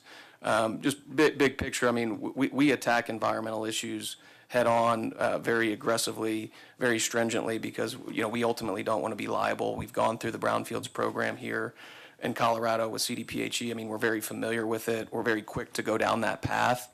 And if there was any environmental conditions on site that existed today, we would be sure to go, mitigate those to the extent necessary. But we spent lots of time, lots of money, both with our environmental consultant and our environmental attorney, to make certain that, we're completely comfortable, they're completely comfortable with the overarching environmental condition of the property. So in terms of just answering your question very simply, we don't think there's any extraordinary over excavation, if you will. It'll just be, pursuant to the geotechnical standards that do require some over excavation, moisture conditioning, lime stabilization, so forth, to stabilize the foundations and the structures.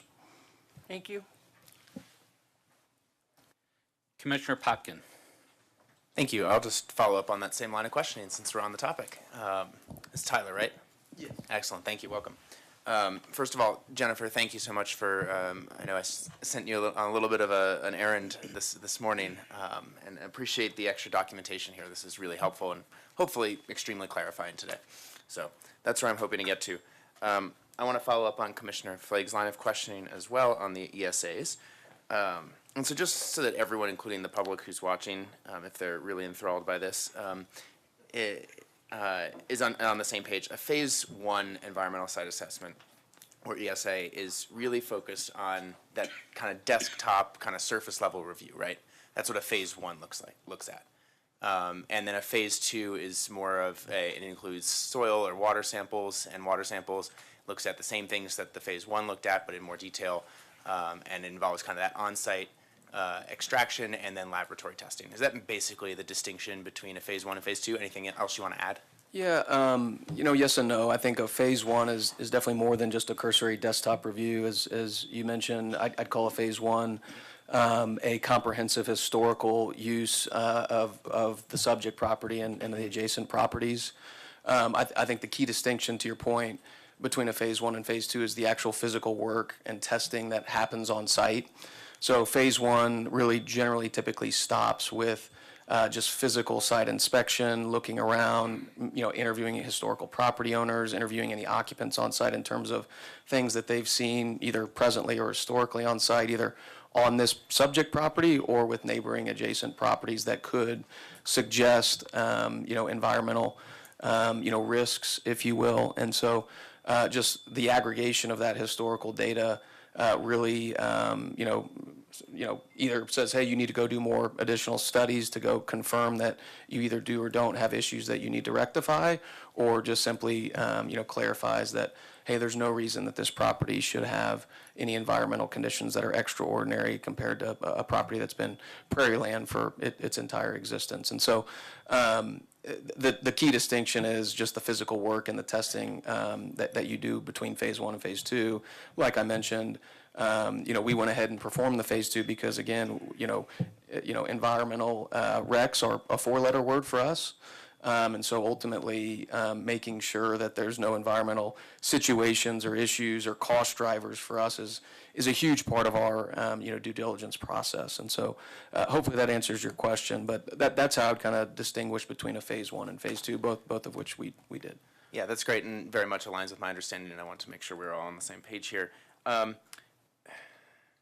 So just so I understand the timeline here, there have been 4 ESAs conducted on this site, at least in recent memory since 2021. There was a phase 1 ESA conducted by the seller, a limited phase 2 ESA conducted by the seller, and then you all did a phase 1, and then you also did a limited ESA phase 2, correct? Yeah, I don't know the extent of all the sellers' due diligence work just off the top of my head. I don't remember if the April 21 report was a phase 1 or a phase 2, so it was both. I know that we did a phase 1 and a phase 2, so yes, 3, at minimum 3, perhaps 4 total tests in the last, call it 3 years. Great, thanks. And it seems like, at least from the communication here, that you thought it was optional from your professional opinion, to do a phase 2, but you went ahead and did that anyway, probably for some good due diligence, especially in the state of Colorado and given the surrounding area. And I just want to note for the record, that's not pocket change. That's that's a few $1,000s, if not tens. There's tens of thousands. Yeah, tens of thousands of dollars. So I appreciate that you guys are thinking about that, and clearly you have, significant knowledge navigating some of these topics, which not every developer has. So I appreciate that.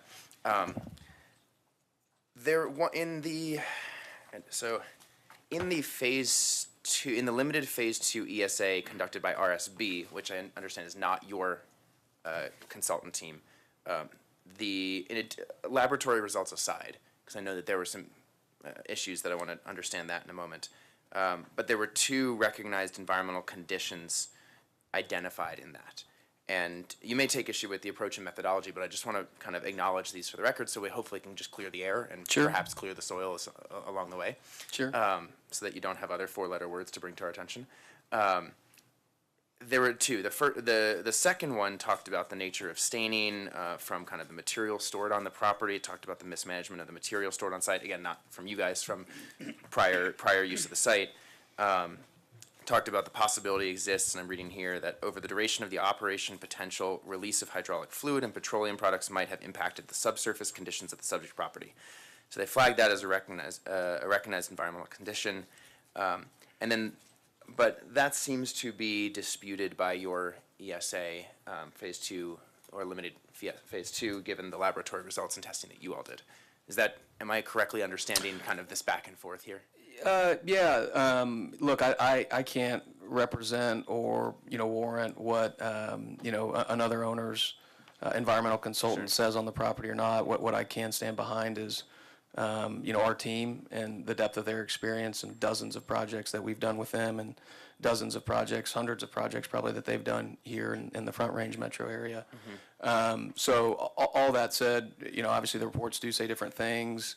We have worked with our team on many, many projects, and ultimately are very quick to go into, these brownfields or VCP or whatever program is applicable for these types of conditions. But ultimately, again, we certainly stand by the reports that our consultant team has put together. Can't, necessarily speak to, reports that other folks have put together. Sure. Understand that. And for the record, VCP is Voluntary Cleanup Program, just for folks to understand the acronym there. The first recognized environmental condition, or REC, that is flagged in the RSB, so not yours, but the RSB phase 2, was the historical usage of the subject property. And I'm curious because I didn't see any mention of the historic usage discussed, at least granted, I received only yours about 2 hours ago. So in the executive summary that I looked through in the introduction, I didn't see any mention of the historic usage in that. And I don't recall seeing that in your phase 1 when I was reading that earlier. But if that is in there, I mostly just want to know, the historic usage of the property is kind of, water under the bridge at this point. But in terms of how you're approaching this going forward, when you look towards development of the site in the future, how does your team generally handle kind of more historically complicated projects where development might be potentially complicated by the potential presence of fluids or other substances? Yeah, I don't remember if the RSB report talked about historical uses or just the on-site current occupants and elements that were occupying the site, that they had staining of there's some gasoline on the property that was just visually observed. Yeah, it was a mix of both.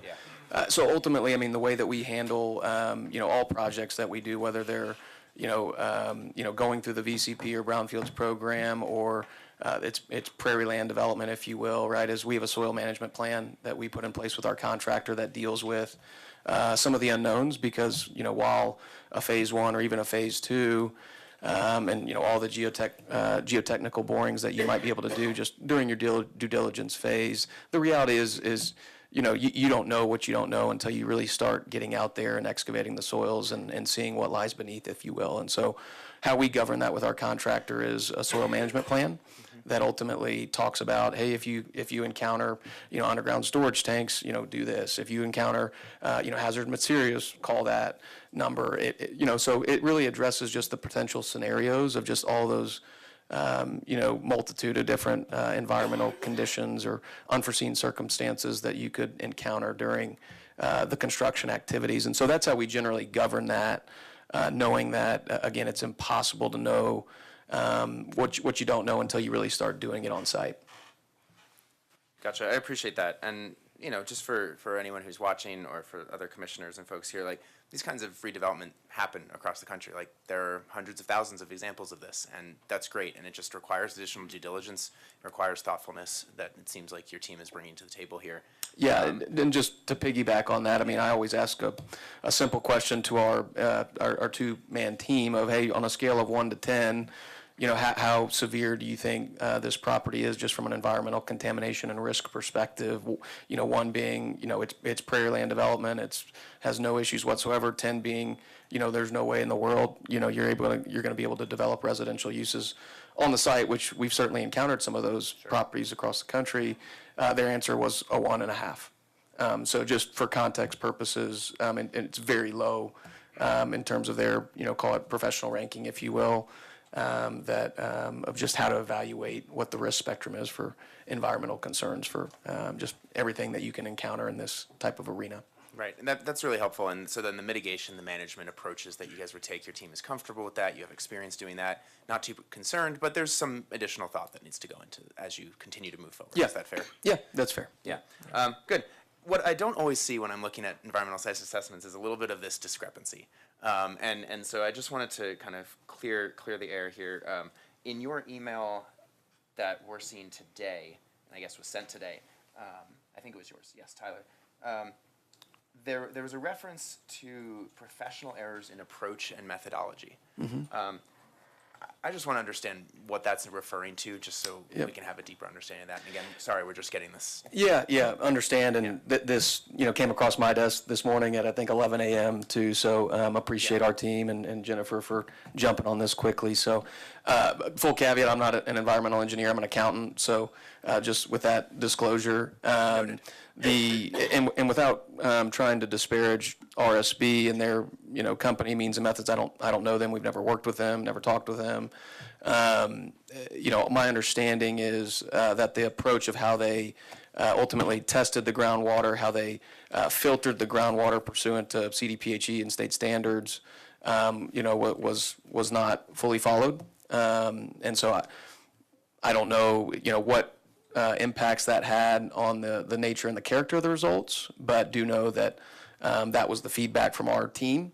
And so just as we kind of got educated of kind of this potential risk factor, because as we get the due diligence report, we don't have the benefit of our own phase 1 or phase 2. So we just get these reports and we see, oh my gosh, there's groundwater contamination. We're going to have to, install temporary or permanent monitoring wells. We might have to have, dewatering during construction, all the different things that could go into, proper execution of handling those potentially contaminated groundwater conditions.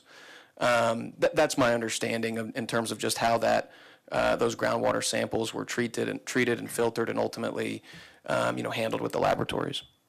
Great. So just to kind of recap this whole journey here that we just went on, it sounds like there was a phase 1 and phase 2 conducted by the seller.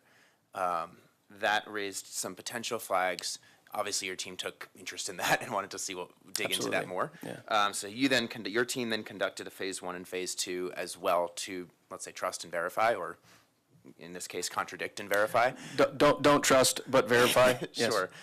So after those 4 reports, your environmental consultant team not only said, hey, this is kind of very low end of the concern spectrum that you have from your professional experience, and then also said, and I presume it's the environmental team that you had here, said, and we identified some potential errors in approach and methodology in that first one, and we've done the subsurface testing and groundwater testing to basically back that up. Is that? That's fair. Fair? Great. Thank you for all of those clarifications.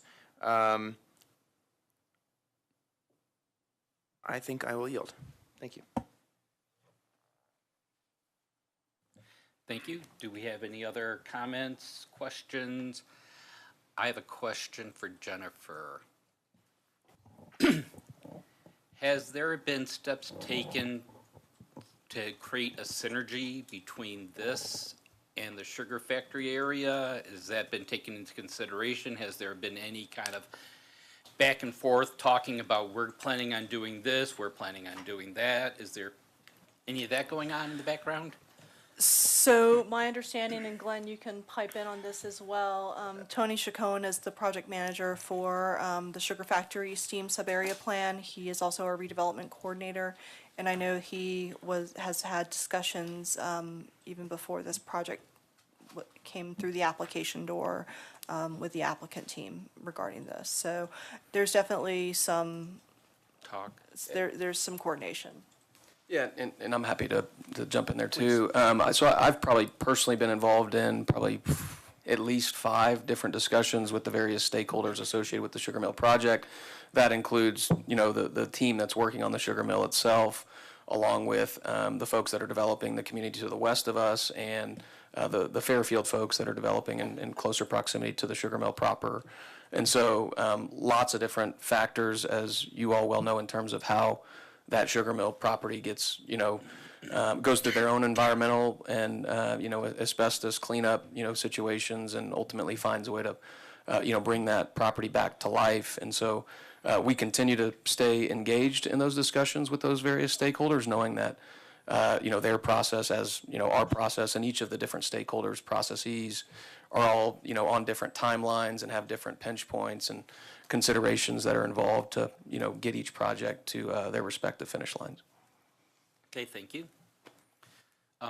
As a follow-up, Jennifer, will this have any impact? I mean, is the sugar mill area kind of already planned out as far as the percent of residential versus, or I should say the percent of secondary uses versus primary? Is this going to affect that at all?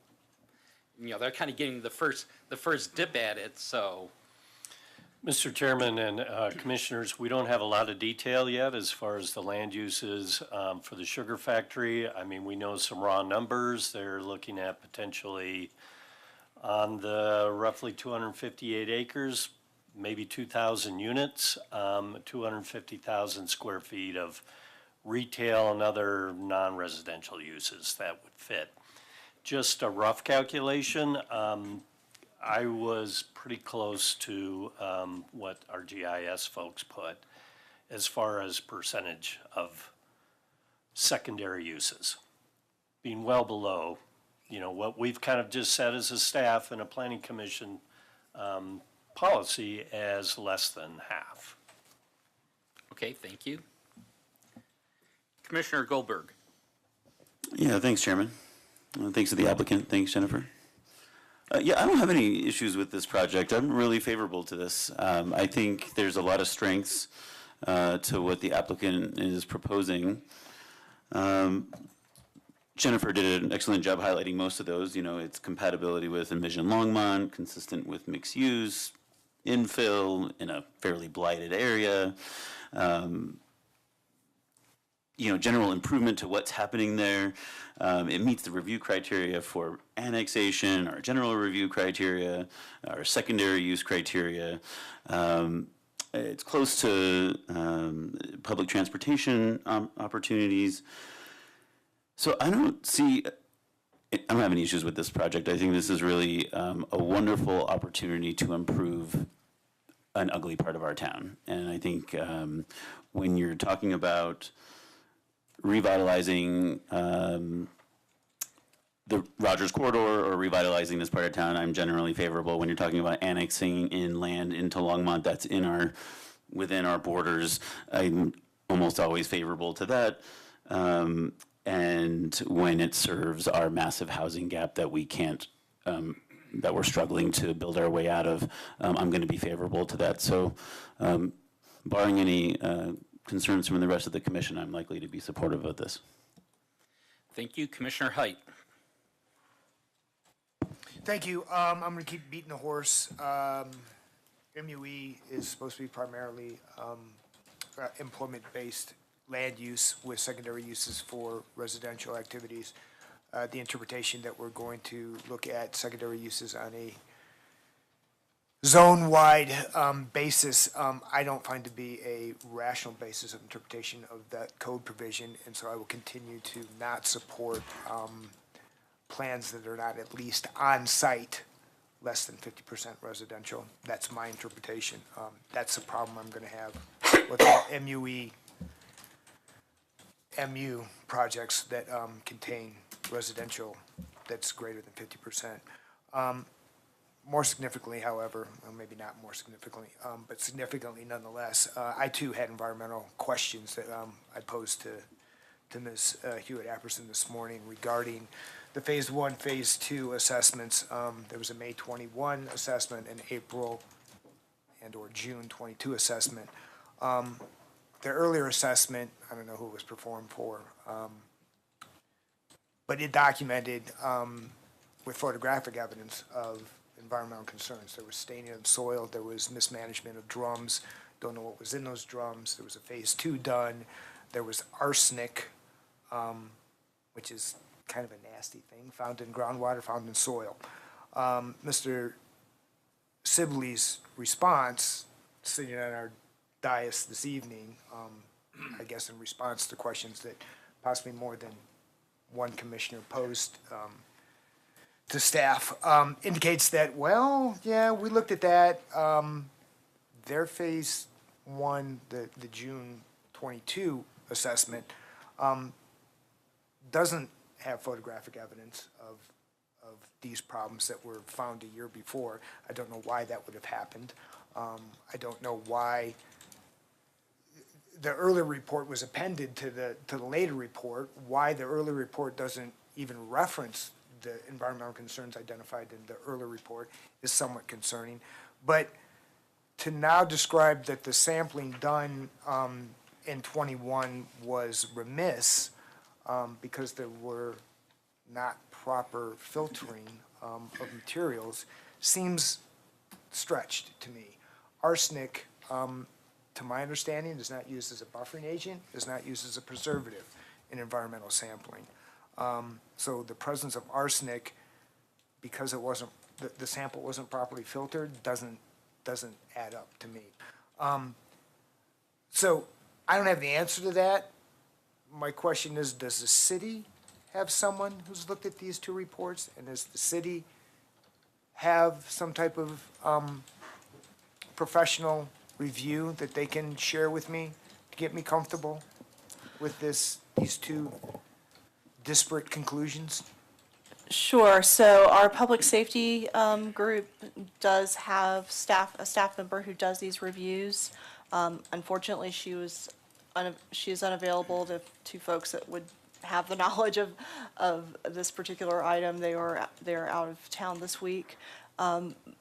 As part of the DRC review, they would have been had this document referred to them for review, and we did not have any comments or concerns expressed by them. Respectfully, she wouldn't have seen the material on the dais this evening, correct? Because it wasn't included in the applicant's materials? That is correct. It was referenced in the applicant's materials. There was no reference to a Phase 2 assessment. there was a reference to a phase two, not to split hairs, but there was a reference within, that there had been a phase two done in June. It just, for some reason, did not get included. I'm not really sure I why. might have to retract that, I apologize. Was there, yeah, RSB did, yeah. It was referenced, but it wasn't included in the materials that the city's staff would have reviewed. That is correct. Okay. So yeah, I find that there's a big open-ended issue with respect to the environmental conditions of this property. That, again, not a criterion for annexation, to thumb up or thumb down, but a matter of concern nonetheless that gives me pause. Thanks. Jennifer, as a follow-up to that, are there any other planned future ESAs? So when they go to the next phase, if this does get approved, will there have to be any other ESAs done to go past the next step? So typically ESAs are required for annexation. We can always request them as part of an additional development review process if we find that there's sufficient reason to want follow-up work done. Okay. Thank you. Commissioner Popkin. Thank you, Chair. I appreciate my fellow Commissioner Height over there continuing to share his thoughts and some of his concerns regarding the ESAs. I shared many of them myself, mostly until the conversation we had, though I still wanted to discuss that a little bit further. Maybe a way that you can help give us some confidence here and just kind of how your company approaches this and how you're thinking about the property is, you know, conditions aside, I mean, you know what you're taking over. You know the kind of site you have. Like, it's not hidden from public view. Like, it's pretty obvious if you walk by, if you bike by, if you just walk the site. It's probably you have for acquiring it. So, you know, there have been 2 phase 1s and 2 phase 2s, and, you know, irrespective of what your phase 2 said at this point, you know the current seller is going to be removing a bunch of oil drums and a bunch of other fluids and chemicals from on site. So walk us through kind of your process. I know you'd mentioned before the soil management plan and maybe some other strategies. Can you just kind of clarify on the record here for us, like, how do you guys handle these types of properties, even if they're at a 1.5 out of 10, just to make sure that you're all above board and that people who are future tenants who are moving in have a safe place to live going forward? Just walk us through your process, because maybe that can help speak to, you know, give some more confidence to my fellow commissioners here as well. Sure. Would you mind just expanding on the question a little bit more? I don't fully understand. Yeah, so let's say everything goes smoothly, this is approved, you're annexed in, you're starting to work on the actual development plan. Like, what steps do you guys take along the way to make sure that what you're building is safe, clean, and healthy for the people who are living there? I mean, our view of the environment, again, I'm not an environmental engineer, Sure. but again, we do this across the country and have done it very extensively. We believe that there's no issues on the environmental front, period. And so I don't know, maybe Commissioner Hyde is an environmental engineer. I'm not, but I trust our professionals that have gone to school for many, many years to go get educated about these matters and to go protect us as we go build, you know, $100 million projects on these types of properties and try to bring them back to life. And so our process specifically to this property is to really do no environmental work from here until the time that we buy the property. Before we buy the property, we will go do a final site walk inspection to make sure that all the things that you mentioned in terms of you know, equipment and, you know, automobile removal are all handled appropriately. So there's nothing that's occurred between now and that period of time when we have to take title to the property. And then, you know, whenever we go to, you know, start construction on the property, that's when we'll put our soil management plan in place that is, you know, customary for all of the projects that we do, just as part of our contractors' contract documents in terms of, again, how they handle the different conditions that may arise as they start, you know, excavating the soil and you know, encountering different things that you couldn't have found, you know, during the due diligence process, which you know, happens from time to time in construction. You don't know what you can't see necessarily. So that's our general process. So hopefully that answers your question. I'm happy to expand if it didn't. Yeah, thank you. I mean, it sounds like this is part of the very definition of a brownfield, right? Like this is development that is, as the EPA defines, complicated by the presence or potential presence of a contaminant, and that's what you guys are wrestling with here, and that's what these four ESAs are wrestling with. The historic, I think, what my fellow Commissioner Height was kind of reacting to is, you know, the photos of the site, regardless of who did what, you know. The photos of the site suggest these oil drums and some other fluids, and the historic use of the site doesn't suggest exactly like a clean sandbox to play in here. And so that doesn't mean it's contaminated, but it does mean it's something to watch for as you go forward. And so I understand the soil management plan is part of this. I'm just curious for other kind of perceived environmental concerns, even if they aren't tested for, if there's anything else that you guys as developers have put in place or thought about to be, you know, conscientious and responsible as you proceed. No, I mean, if there's stained soil that has been, buried or, compacted over time or whatever that's, unearthed during the construction process, right? Our, soil management plan will identify, hey, you've got, crude oil or some type of gasoline or, other chemical spill that, says, hey, you need to call our, construction materials tester. So, not only will, the group that did the environmental report, perform all those environmental services prior to you buying the property. Typically, we also engage that same firm to provide the construction management services to help administer that soil management plan. And so that they're on site doing their soil inspections and foundation inspections and so forth, daily, right? To just make sure that, none of the issues that, could potentially, arise, aren't glazed over, aren't swept under the rug, so to speak. And so again, they're really another tool that we use both during due diligence and during the construction process to make sure that things are executed in the field in a way that's safe and above board, as you say. Got it. Thank you, Tyler. A couple questions for Jennifer and maybe Glenn as well here. First of all, just process-wise, I realize this is the annexation. We're a recommending body to City Council in this. When, if at all, would planning and zoning see this project again before it is, live and functioning? If they meet the threshold for a preliminary plat, then it would come back to you. So a preliminary plat is if they're creating more than 3 new lots on the property, that would require approval by the Planning and Zoning Commission. That would be the only, so like a site plan, no? Correct. Site plans are administrative.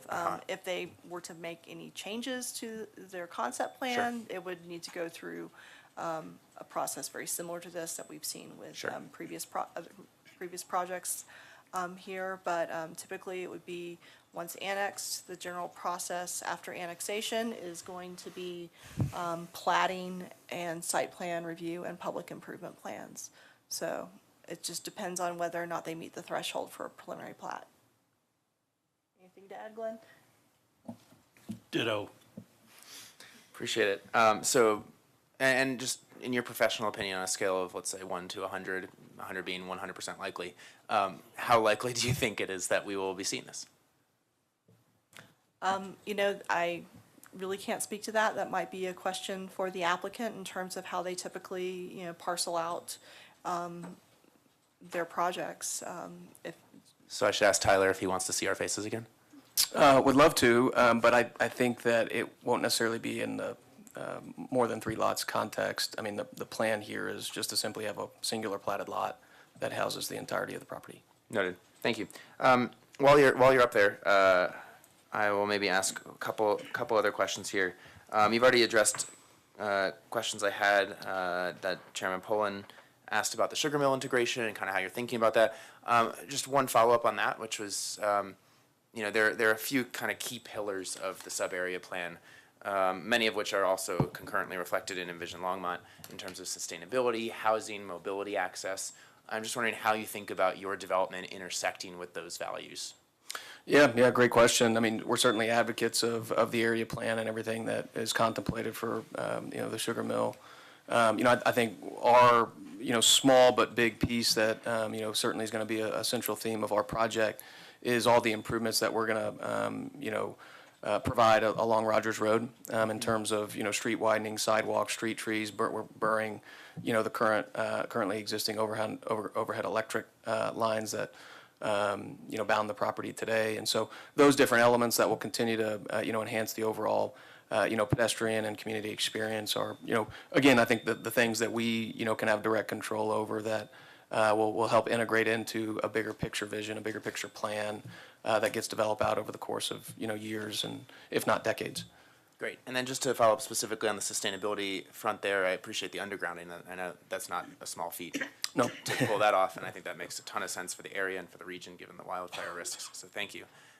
Just on the sustainability front here, in terms of kind of green building materials, green infrastructure, drought-resistant plants, sustainable building design, how do you all think about that for the projects that you've done? I know you were just showing representative samples before. I just want to get a sense of your philosophy. Yeah, I mean, it's certainly something that, is on our minds as we go design these projects. We haven't gone through our comprehensive checklist, if you will, of, here's the different things that we're going to, explore and incorporate on this project just because we are, at that step one phase. But, certainly, elements that will, make its way into the design that, again, are environmentally friendly and sustainability focused.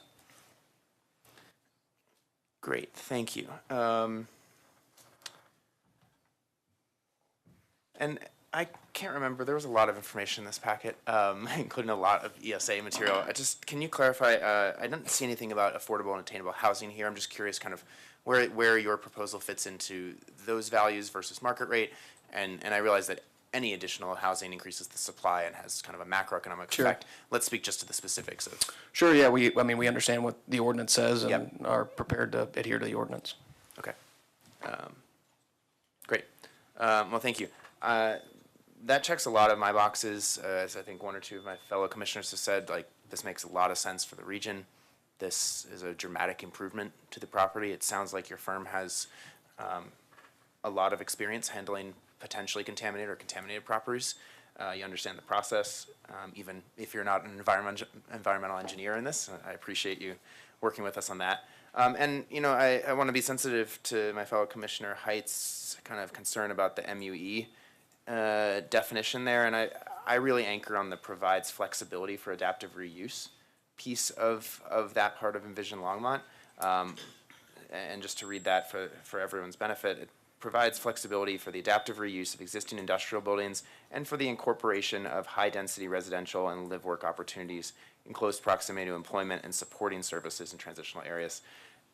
This seems to kind of go smack dab in the middle of that, and I think some projects will make more sense for a true mixed use on site than others, and I appreciate all of the thoughtfulness that the applicants are bringing to the table. I will yield for now.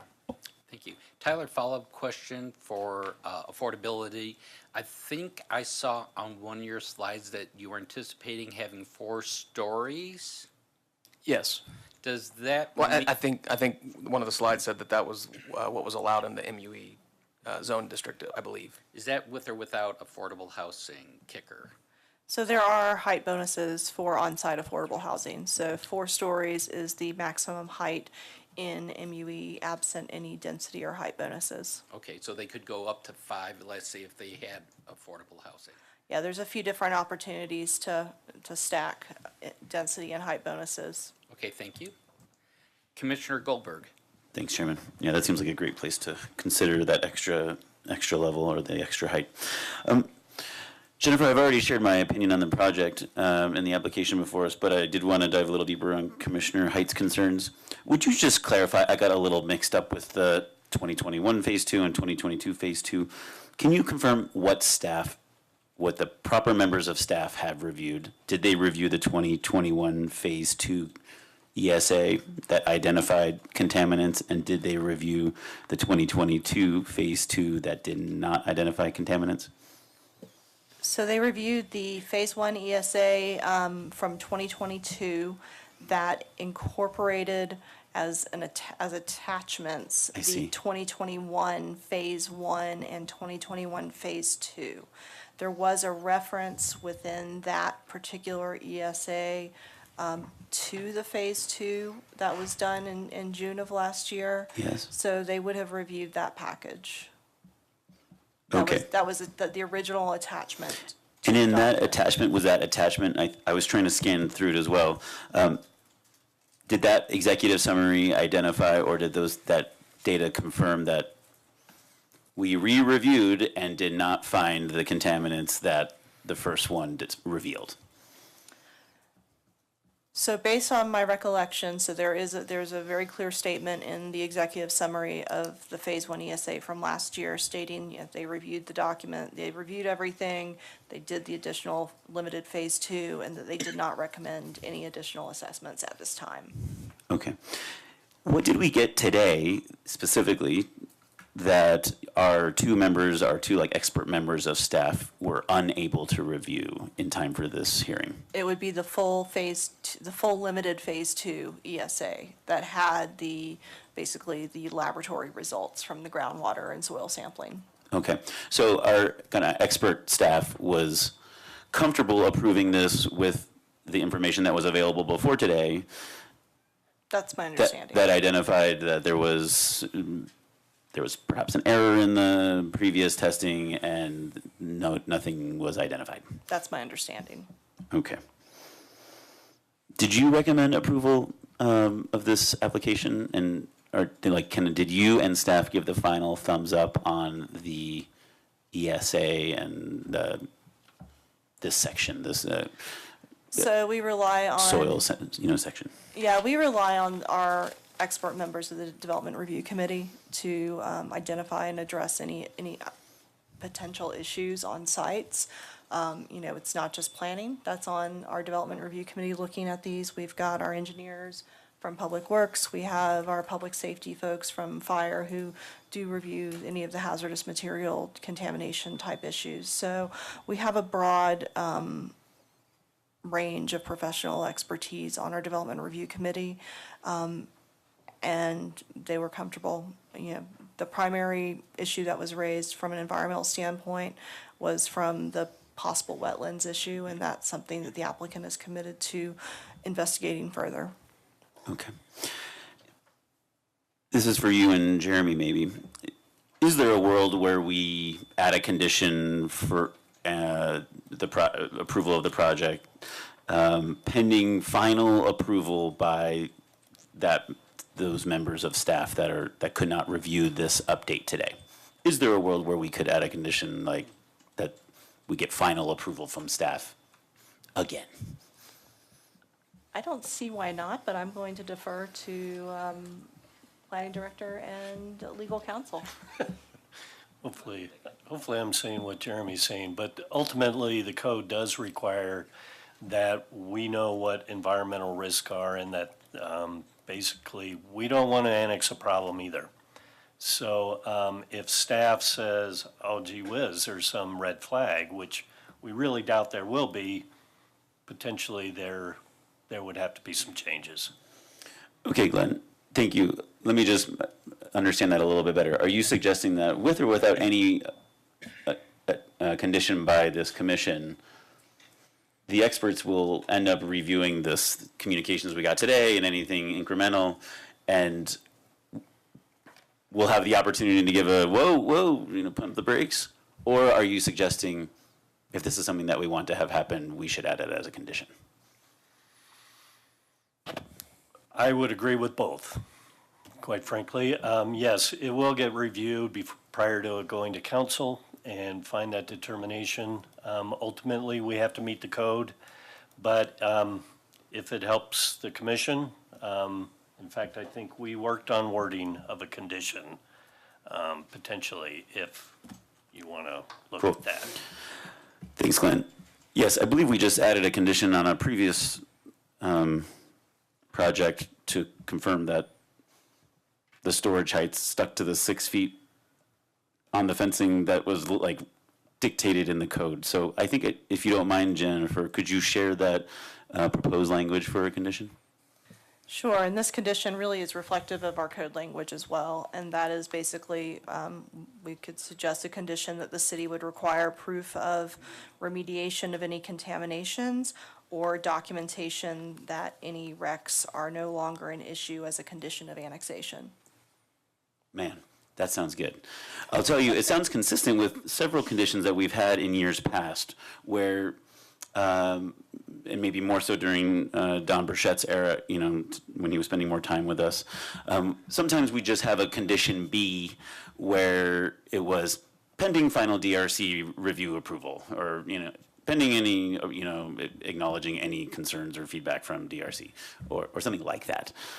So this, I wonder if, given the kind of recent information we got and our expert engineers not being able to review it in time for this hearing, I wonder if this would be an appropriate time to add this condition that you suggested. Would you read that just one more time? Sure. City will require proof of remediation of any contamination or other documentation that wrecks are no longer an issue as a condition of annexation. So that could also be review of this phase 2 by our public safety specialists. Sure. And if they find that we're good to go, then we're good to go. If they see there are some problems, then we would ask the applicant to further investigate. Cool. Another option that I had scribbled down that I dislike more would be the idea of adding some condition that requires, an additional ESA done by a third party or something like that. So I think that the spirit of the condition you outlined meets my goal. Did you have something to say about that? You were touching your mic. You looked like you were getting ready. I was going to turn off the Okay, cool. mic button. So it's a little bit out of character for me to be the one suggesting a condition or discussing a condition. Very often I find comfort in, what's presented to us and the review by staff and the discussion among our team here.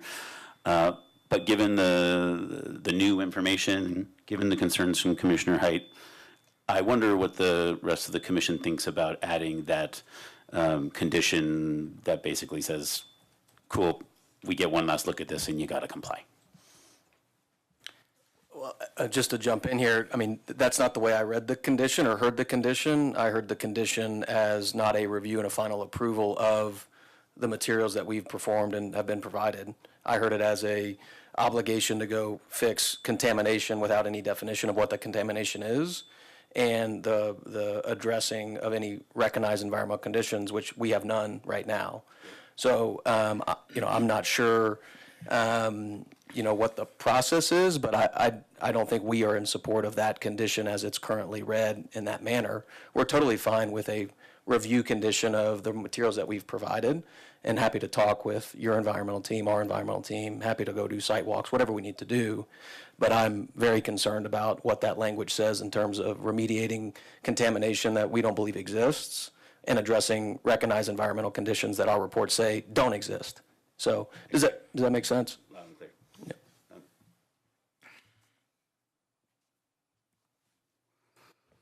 Jennifer, is it already in the code or in the process in our documents that they would need to address any contaminants or any remediation that is identified, or that they would need to remediate any issues that come up?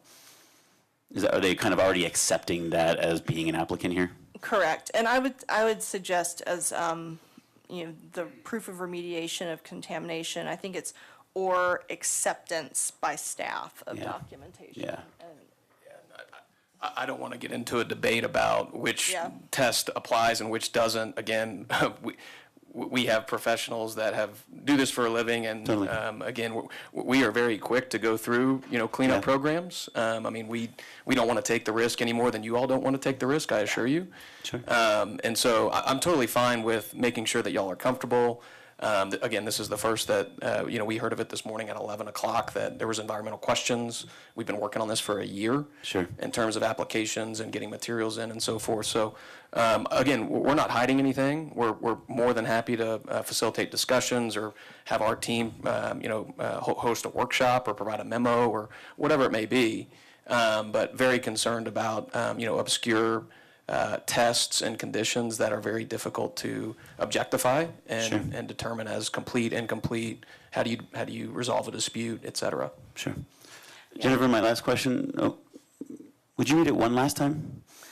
Sure. I was also going to reference the section of code that talks about Sure. I environmental suspect site it sounds similar to that. So, in terms of environmental site assessment of land to be annexed, subsection 1A basically requires that the owner submit ESAs that we may require. They have done that. subsection B says we may require remediation by the owner of any contaminated property within the annexation. So that is really the crux here, is if our public safety Yeah. experts review this and say,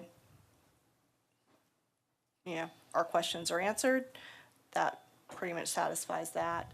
So, we do have some safeguards in our code, and, it could be, the condition could very well just be that city staff reviews the limited phase 2 and accepts it.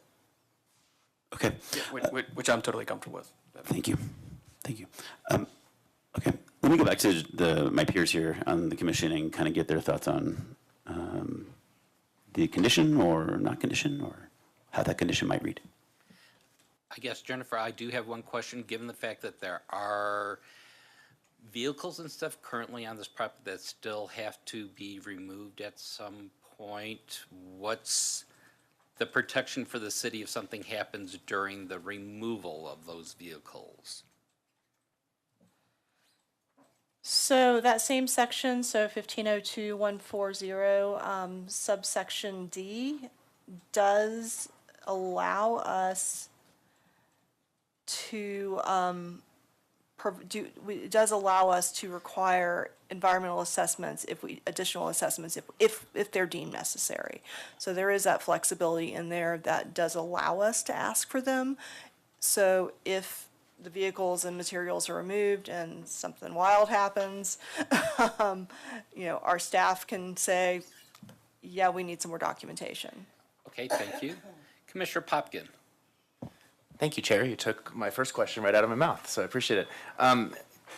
Just to respond to the gut check from my fellow Commissioner Goldberg over there, I'm not sure. I like the spirit of where you're going, and I think we need something with a little bit more teeth, frankly.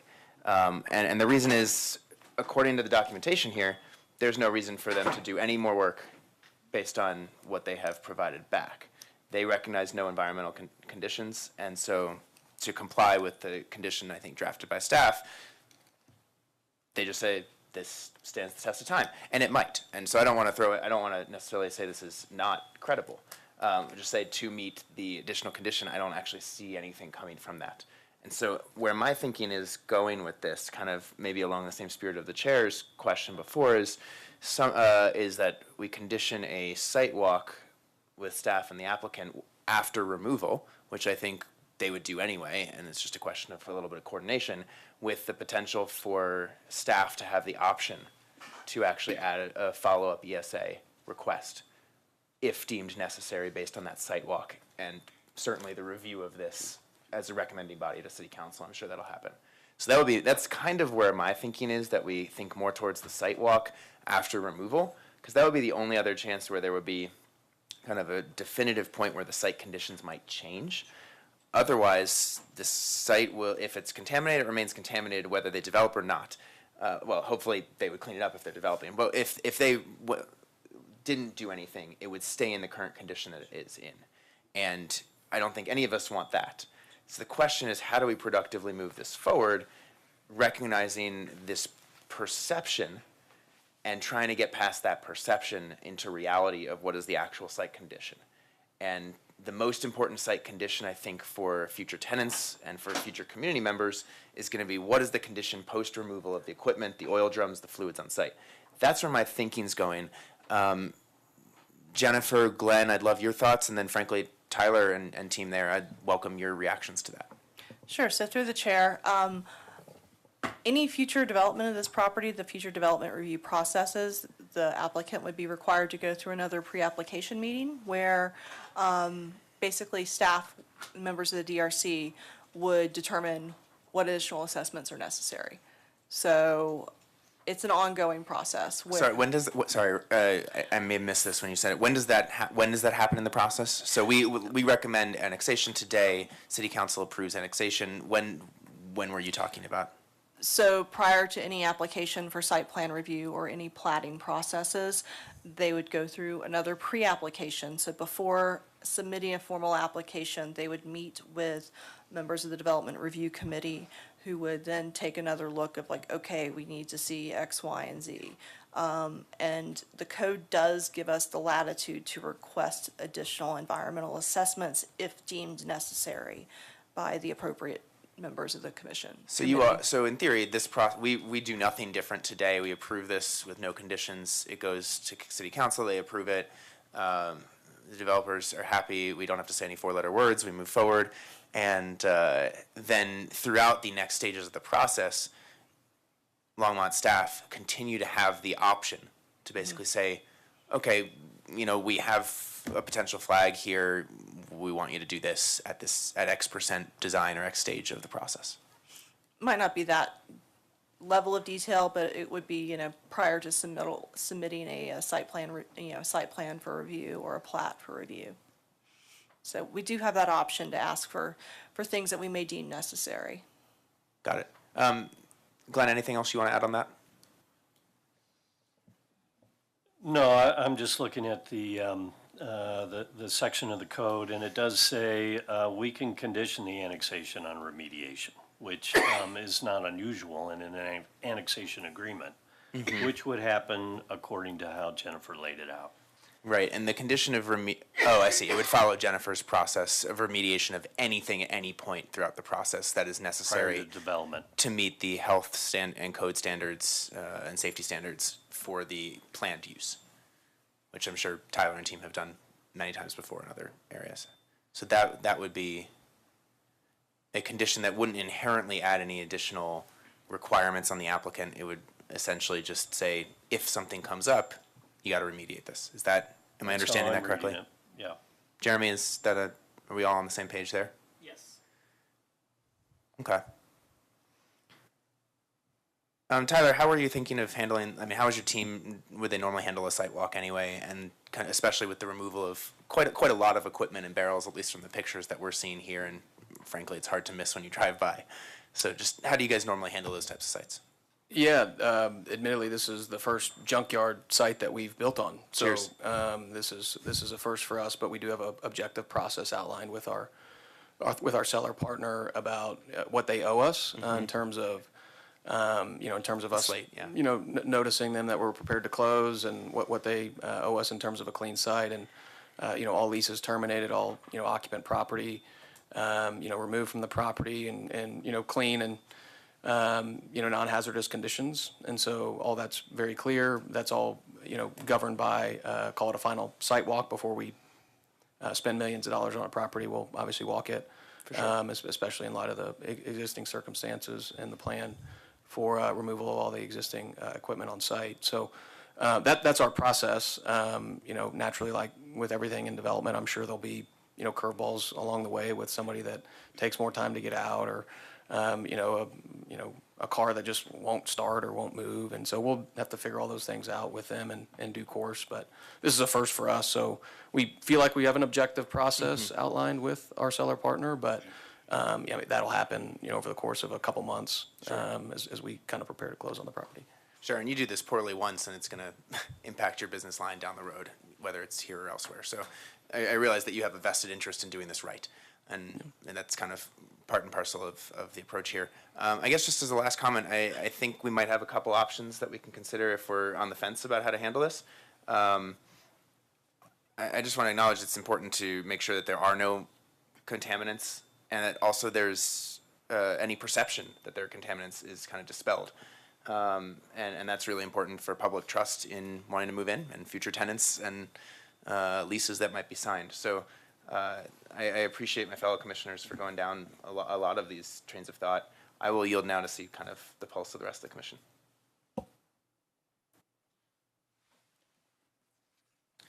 Commissioner Height.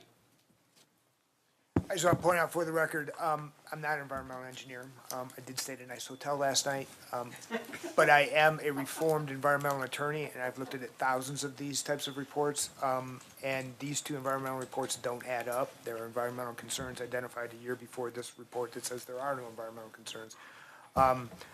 There's a lawyer out of Texas who opines that the sampling done in the phase 2 assessment earlier was done wrong. I don't have an expert to tell me if that's correct. I don't know. I don't know where this lawyer came to his conclusions or how he came to his conclusions. So for the record, there's a there's a conclusion disconnect. That said, I'm still stuck on the residential issues.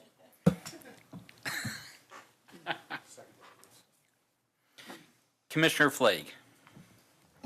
I tend to agree with a lot of what Commissioner Height said, and I don't have a problem with residential on it.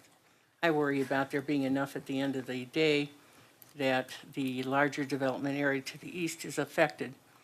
But I too have problems with the application, and I can't support this.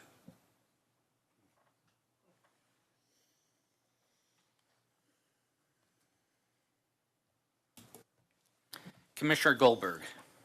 Okay. I remain supportive of the project. I just want to ensure that our proper engineers have had the time to review the latest information. And we know that they have looked at the previous reports. I have Commissioner Height telling me they don't match up. And so I think my goal is just to ensure that staff has the opportunity to give this one last pass before final approval, before it progresses. I don't need teeth. I don't need, I'm not trying to, I respect that staff does their job and they do their job well, and they're going to continue to monitor this, as it moves along. I'm not trying to add anything incremental per se to the site walk. It sounds like staff will continue to do their job properly and be involved to the degree that they need to be. I just feel a little gypped that we had some new information today that staff didn't get, the right members of staff didn't get to review, and so that's all I want. I thought that the condition provided by staff, the draft language was easy in line. It reinforced what's in the code already. It was way more eloquent than anything I would come up with, and meets what I'm trying to accomplish, which is one last pass by staff.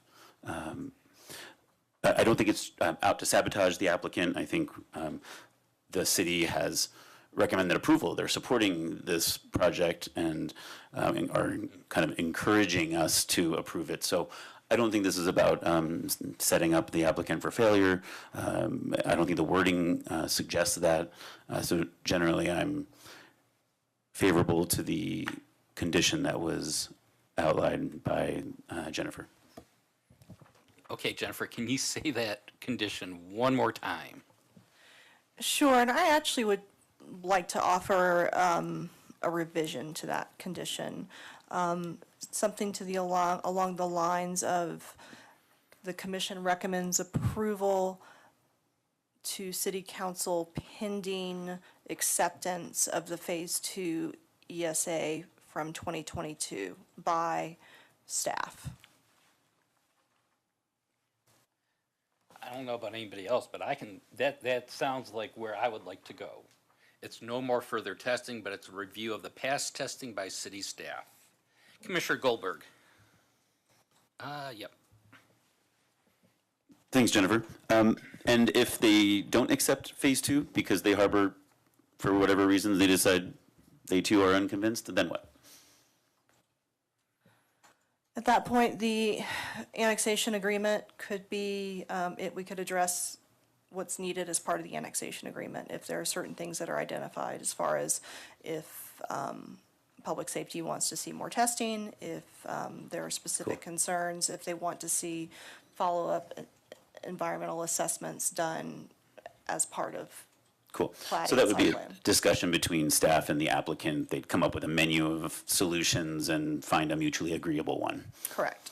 It's not like if they decline or don't accept it, then this project is canned for a year and they can't make any progress, or they got to come back and restart.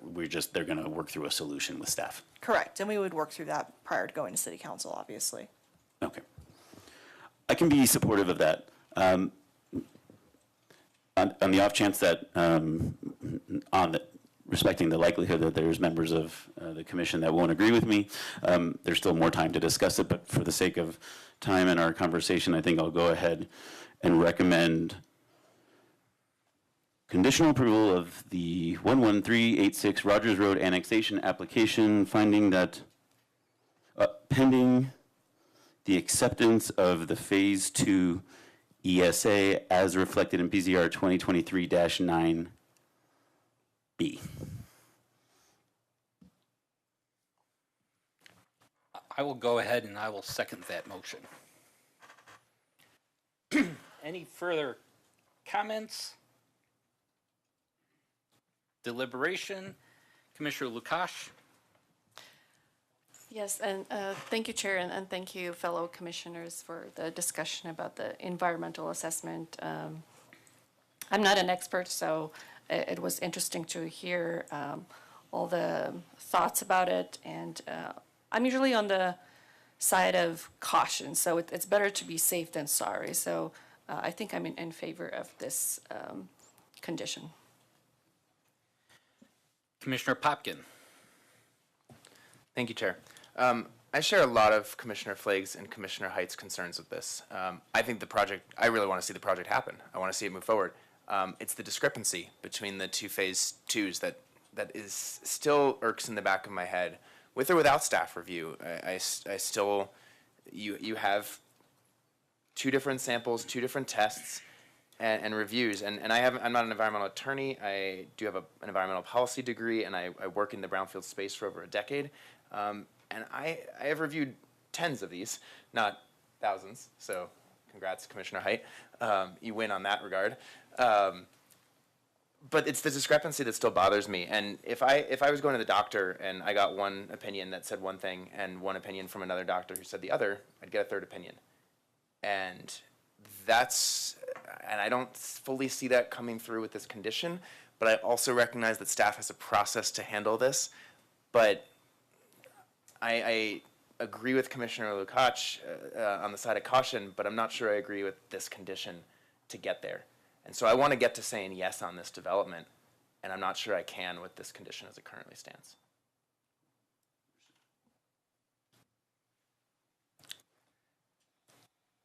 Commissioner Goldberg? Thanks, Chairman. Jennifer, would you clarify, what did you call the team that would review this environmental study? It's members of our public safety group. Sure. Did you say two of them are like environmental engineers or something? Specialists in hazardous materials. Okay. Amy Henyon, we have one person who reviews our environmental site assessments, Cool. and she has a background in hazardous materials and handling all of these issues. Cool. Has she reviewed many of these? I mean, she reviews every ESA that comes in as part of a development or as part of a development application. Cool. Has she been part of staff for a while? I would have to defer to people who've been here longer than me. I see Don shaking his head. That's about as tenured as you get in City of Longmont. Second jab in one night. Is it safe to say that, I feel like just to reiterate what you said was that this person and this team, if they're uncomfortable with the gap in the reports, will have the opportunity to do one of several things. Maybe it's request more a new study, maybe it's revisit the study, maybe it's request new sampling, maybe it's request more information on how we got to the difference between the first and the second one. Like, I think you identified there could be some solutions if they're unsatisfied with the break between the two tests. I would expect that there are. Yeah. I guess I kind of see that like going to the third doctor for that third opinion. You know, if I had two opinions that didn't match, I'm kind of considering that as going to get a third opinion to help me, maybe a specialist, we call them. I would, personally, I would consider our staff reviewer to be that third opinion, frankly. Yeah, me too. Well, I, of course, share the concerns that every member on this commission has. I think I'll keep my motion on the table, I guess. Let's see, Commissioner Popkin. Just a brief response there. So with the third opinion, what that third opinion, at least as described, doesn't do is it's not another test, right? It's not another study as an opinion. It's just a review of the two. It's basically a very technical and savvy literature review. Sure. Okay, so, I mean, ultimately, they can make recommendations sure. as, following that review, but Do you have any sense of how often, maybe this is a question for Don or for Glenn as well, but anyone who wants to chime in here, how often going through these processes, and Longmont is not shy on its brownfield land, how often this has happened where you've been working through the process and you say, you know what, at this stage we need another ESA. Just welcome back, Don. I just want to know, is this a 1 in a million shot that there's another ESA done? Is this you know what, 30% of the time we go back and get an ESA, phase 1 or phase 2, depending on what happens along the way? Chairman Pullen, Commissioner Popkin, I'm going to ask you to repeat it one more time because it is late and I didn't get much sleep last night. So not a problem. If you do that one more time. Yes, nor did I. Let me try this. When a project is going through the development process, independent of City Council or P&Z Commission, and you're running into issues of potential brownfield situations, how often is a new ESA requested, or a supplemental, or another phase of an ESA requested as part of that due diligence that staff does? Because that's just a process that residents don't have full visibility on, and that frankly we don't have full visibility on. So as someone who's in the weeds there. Yeah, so when we have a phase 1 that identifies anything that's of concern that would, or there's a recommendation within the report that says that a phase 2 should be done, excuse me, it's required typically by Amy, who is the woman who does the reviews for us, that we get those. So then, under the Land Development Code, and I'm going to cough, excuse me, we have identified that Glenn has the ability to ask for any additional reports that are needed and necessary in order to address the review criteria. So we have the ability to request those as they are identified and needed. The other thing that we have, which we have done, for example, I think we just did it with Bond Farm, is if we need to hire a third-party expert to look at something for the city, impartial, we're asking them to take a look at this and give us their professional opinion. We have the ability to do that. That does cost, obviously, money for the city to cover that, but we do have that ability to do that. We've done it for other projects, and I expect that we may need to do that as we move forward into these areas where we're going to run into contamination and, I would say, challenges that sometimes we may need a third party to look at it just to either confirm staff's findings or to confirm the applicant's findings or another report that was given to us. So it is common that when we identify an issue, to your question, we need a phase 2. We can ask for that, we can get that, and make that a requirement. Thank you. While you're still here, I'll try not to keep you up too much later. How often in your professional career have you seen a situation where there's a discrepancy between two ESAs conducted at the same level for the same site? So there was a meaningful, substantive discrepancy like sure. This. Josh actually might be able to remember this one, but when we were working with the Sandstone Reach and bringing in the property that is catty corner to the northwest of the of Left Hand Brewery. So Boston Avenue, you have the Colorado Materials on the south, and on the north we brought in at Sunset in Boston, the parcel there. Ms. Bowman identified that the Army Corps had identified that there was a dump on that site, and that was in one of their reports. But yet, when the applicant went through and did their due diligence, they came back and said, we cannot find any proof that there was ever anything on that. And then when we went into it, we couldn't find anything to prove the statement in the Army Corps' report. So, you know, if you can't retrace the steps and come up with the same answer or the same conclusion, then there may have been an error. That, you know, as I'm listening tonight, sounds like there could have been an error.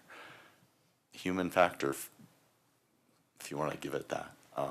So that's one example where we ran into an issue where we had two different items that were talking about the same property, and when the second report was done, did not come up with the same answer. That's the best one I got for you. Appreciate it. Sure. Tyler, one more question for you, and then I'll yield. You've heard the discussion here.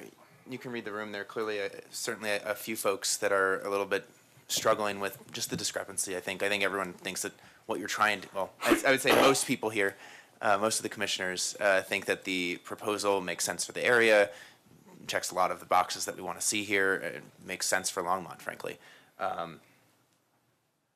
I know that your consultants that you trust and have worked with for years have said there is no concern. But I want to ask you to put on our hat for a second. And so I want to ask you, how would you recommend we handle this? I think Don makes a good recommendation of if there's the desire or, potential disbelief of our findings that, we certainly stand behind and are very comfortable with as just a massive organization like Cairo. I mean, we don't just take risks for fun. Yeah. We're the complete opposite of that. We're scared of our own shadow in most respects. As Jennifer can attest to in terms of how we just approach risk and details and trying to make sure that every last thing is mitigated and addressed. That's just how we do business. Our consultants can attest to that in terms of how micromanagement oriented we are. And so I get that that's all anecdotal and qualitative, so I can appreciate that. And I can appreciate that, perhaps some of the commissioners don't have, the day-to-day experience of building these types of projects and encountering these types of reports and, working through these types of potential issues or perceived issues that, may arise when you see some of these discrepancies. But I think we all can agree that, that there are different caliber of professionals and different caliber of executions amongst consultants or, just professionals in general, right? And so, Don makes a suggestion of potentially having the city engage a independent third-party report to go do a phase 1 or phase 2 or whatever would help get y'all comfortable.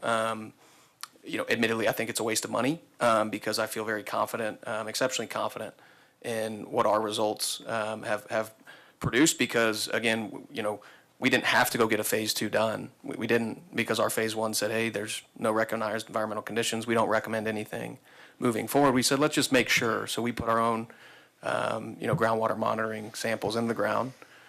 We provided all those test results in accordance with state standard to state certified laboratories that came back in a way that said there's no issues that have contaminants above these regulatory residential levels.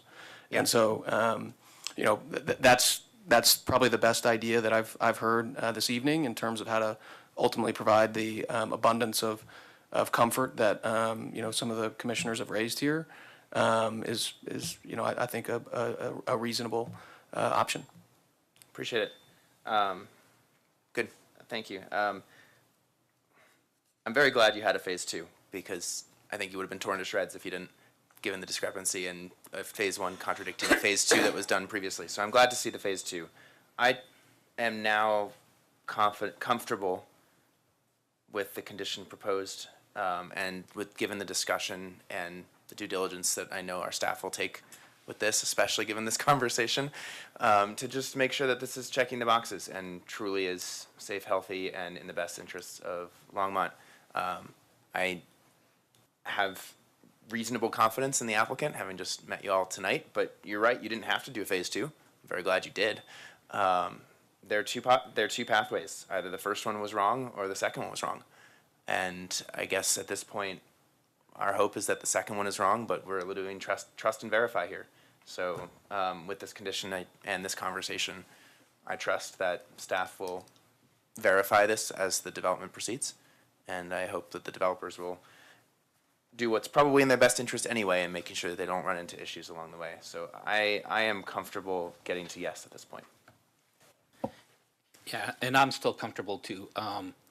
None of us are really experts on this. I'm going to make an assumption that Amy is more knowledgeable than any of us on this particular topic, and I am perfectly, it's comfortable for me to hand this back over to her for her to review it, and then if she has anything, she can raise a flag on it, but let her do the review and come up with her own conclusions, so. Any more thoughts, any more questions? Are we ready for a vote? I'm looking through, and I think we're ready for a vote. Commissioner Height? Nope. Commissioner Tetta? Yes. Commissioner Goldberg? Yes. Chair Poland? Yes. Commissioner Flagg? Abstain.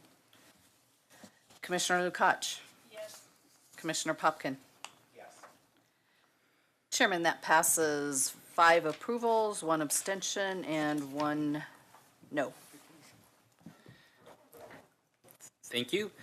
This item will now be forwarded to the City Council for action. If you're unfamiliar with council procedures and intend to appear before City Council, please contact the Planning Division for further information at 303-651-8330. Commissioner Flagg. Chair, I need a clarification. I thought we had an amendment, a condition that was going to be added, and we did motion it, we seconded, there was no vote taken? That was what we voted on is 2023-9B with the condition. So somehow I missed when we added the commission and voted, the condition and voted on it? Yeah, Okay, thank you. I would like to change my vote to no.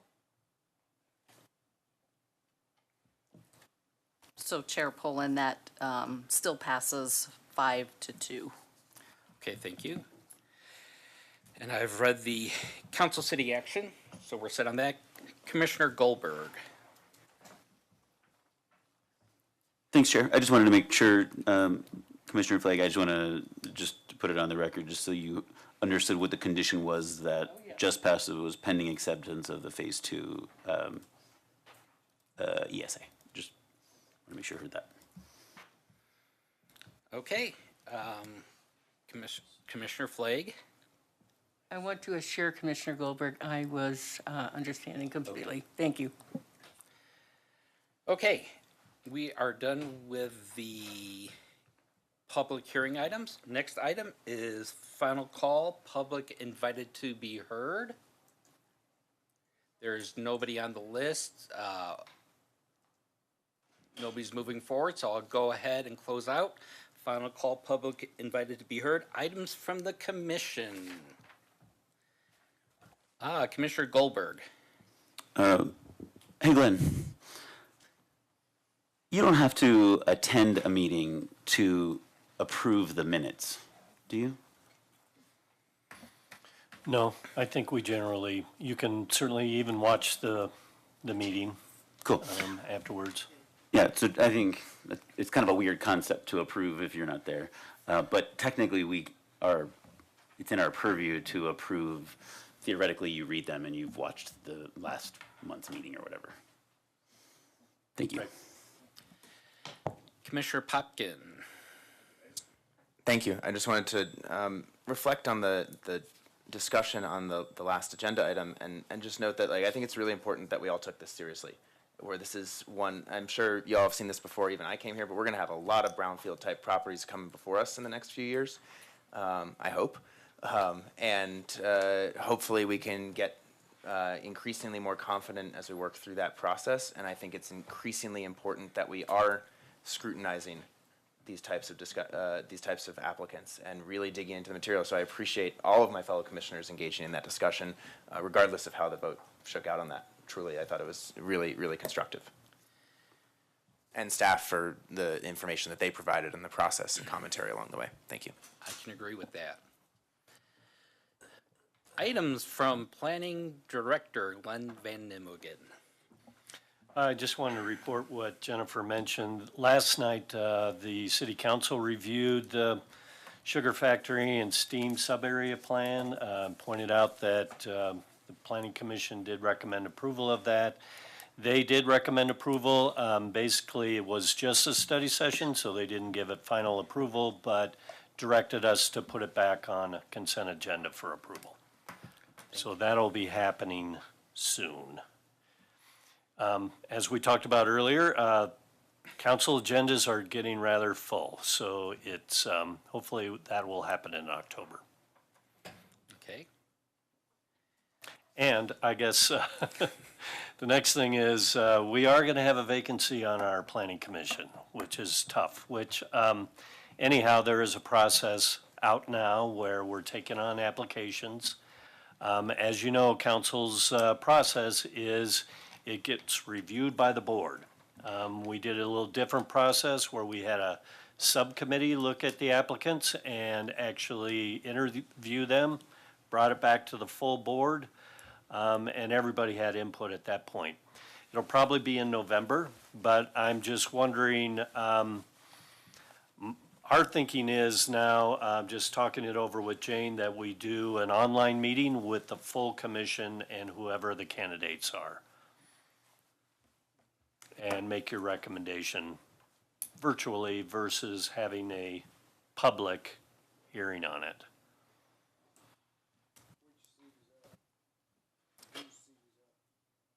I'm sorry. Whose seat is up? This gentleman, Mr. Goldberg. His term limited. What? Yeah, man. There's a limit? 2+ terms, yeah.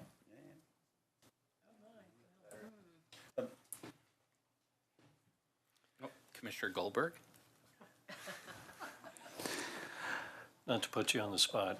Glenn, I recall the last discussion after there was kind of that breakout team that interviewed the candidates and then came back to the commission. And I feel like we had like a really weird conversation. It was really uncomfortable. There was people sitting at the dais that were considered and whatever. I think what I'm hearing you say is, let's not do that in public. Let's have a private meeting where we are all interviewing the candidate at the same time. We're hearing the discussion. Probably you'd lean on someone to lead it, and then we'd all come armed with the same information. Would we still do the vote on the record like we do in years past? I believe we'd still do the vote on the record. Okay, but we'd all be privy to that But we could experience. do that remotely. We could actually do it that night. Council does want a recording of the interviews to be transferred to them. Here, it's out in, it goes out on YouTube and it goes out to the world. It wouldn't necessarily be that if it was set up as like a study session with an action item, potentially. Okay, yeah, I have total faith in you and Jane coming up with a solution, but I'm not sure any of the applicants should be sitting or in the room. I would say, and that was going to be my question, given the fact that the alternates very likely are going to be candidates for the position, would it be just the sitting members then involved on the interview? Yes. Yeah, it definitely. Yeah, for sure. That's a great call out, Chairman. And the advantage of having a WebEx meeting is we bring in one candidate at a time. Yep. Yep, really smart. Glenn, 2 quick follow-ups. Did City Council revisit their decision on Francis Street annexation? Yes, I did. And did they end up falling in line with the commission's recommendation? Yes, I did. Cool. And then when do you anticipate?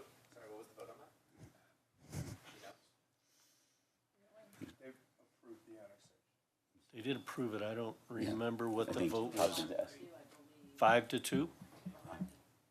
I was looking for Don. Do you know, Jerry?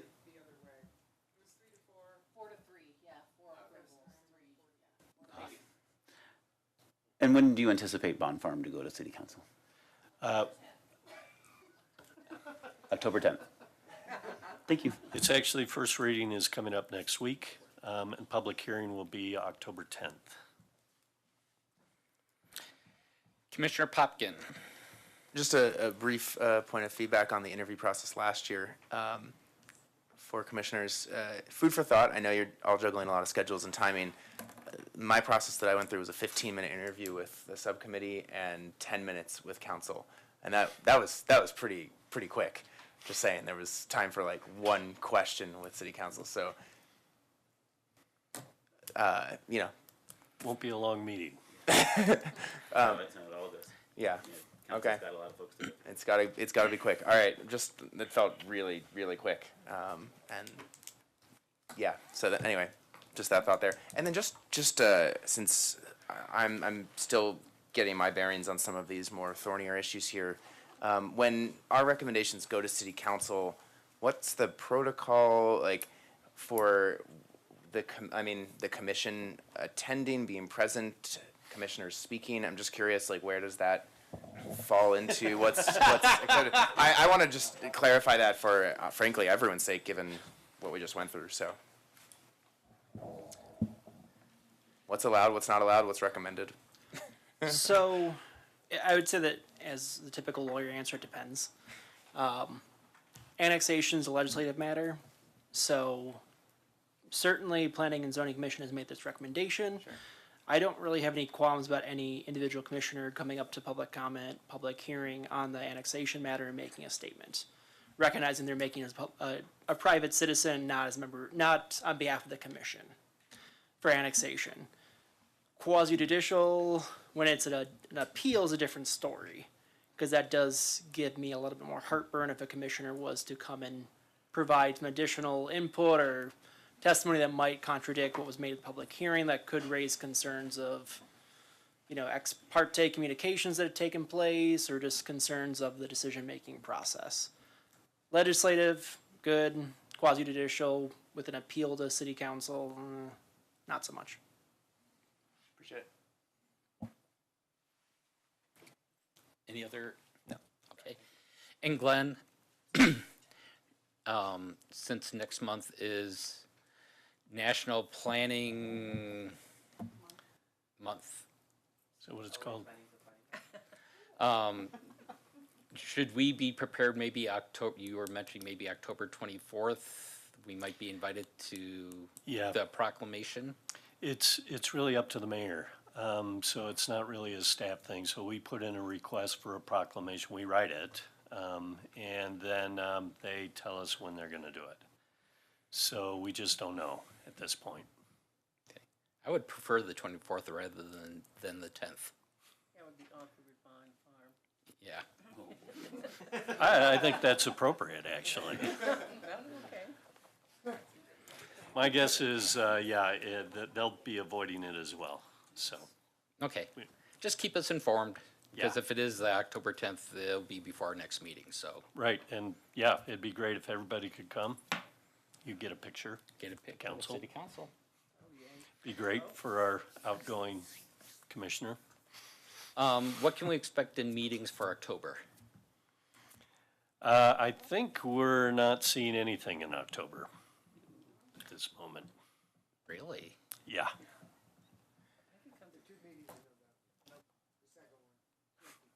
Thanksgiving. Okay. But that could change. Okay, A just- few moving pieces out there. Okay, just keep us informed. Any other items? If not, we are in adjournment. Great, thank you very much.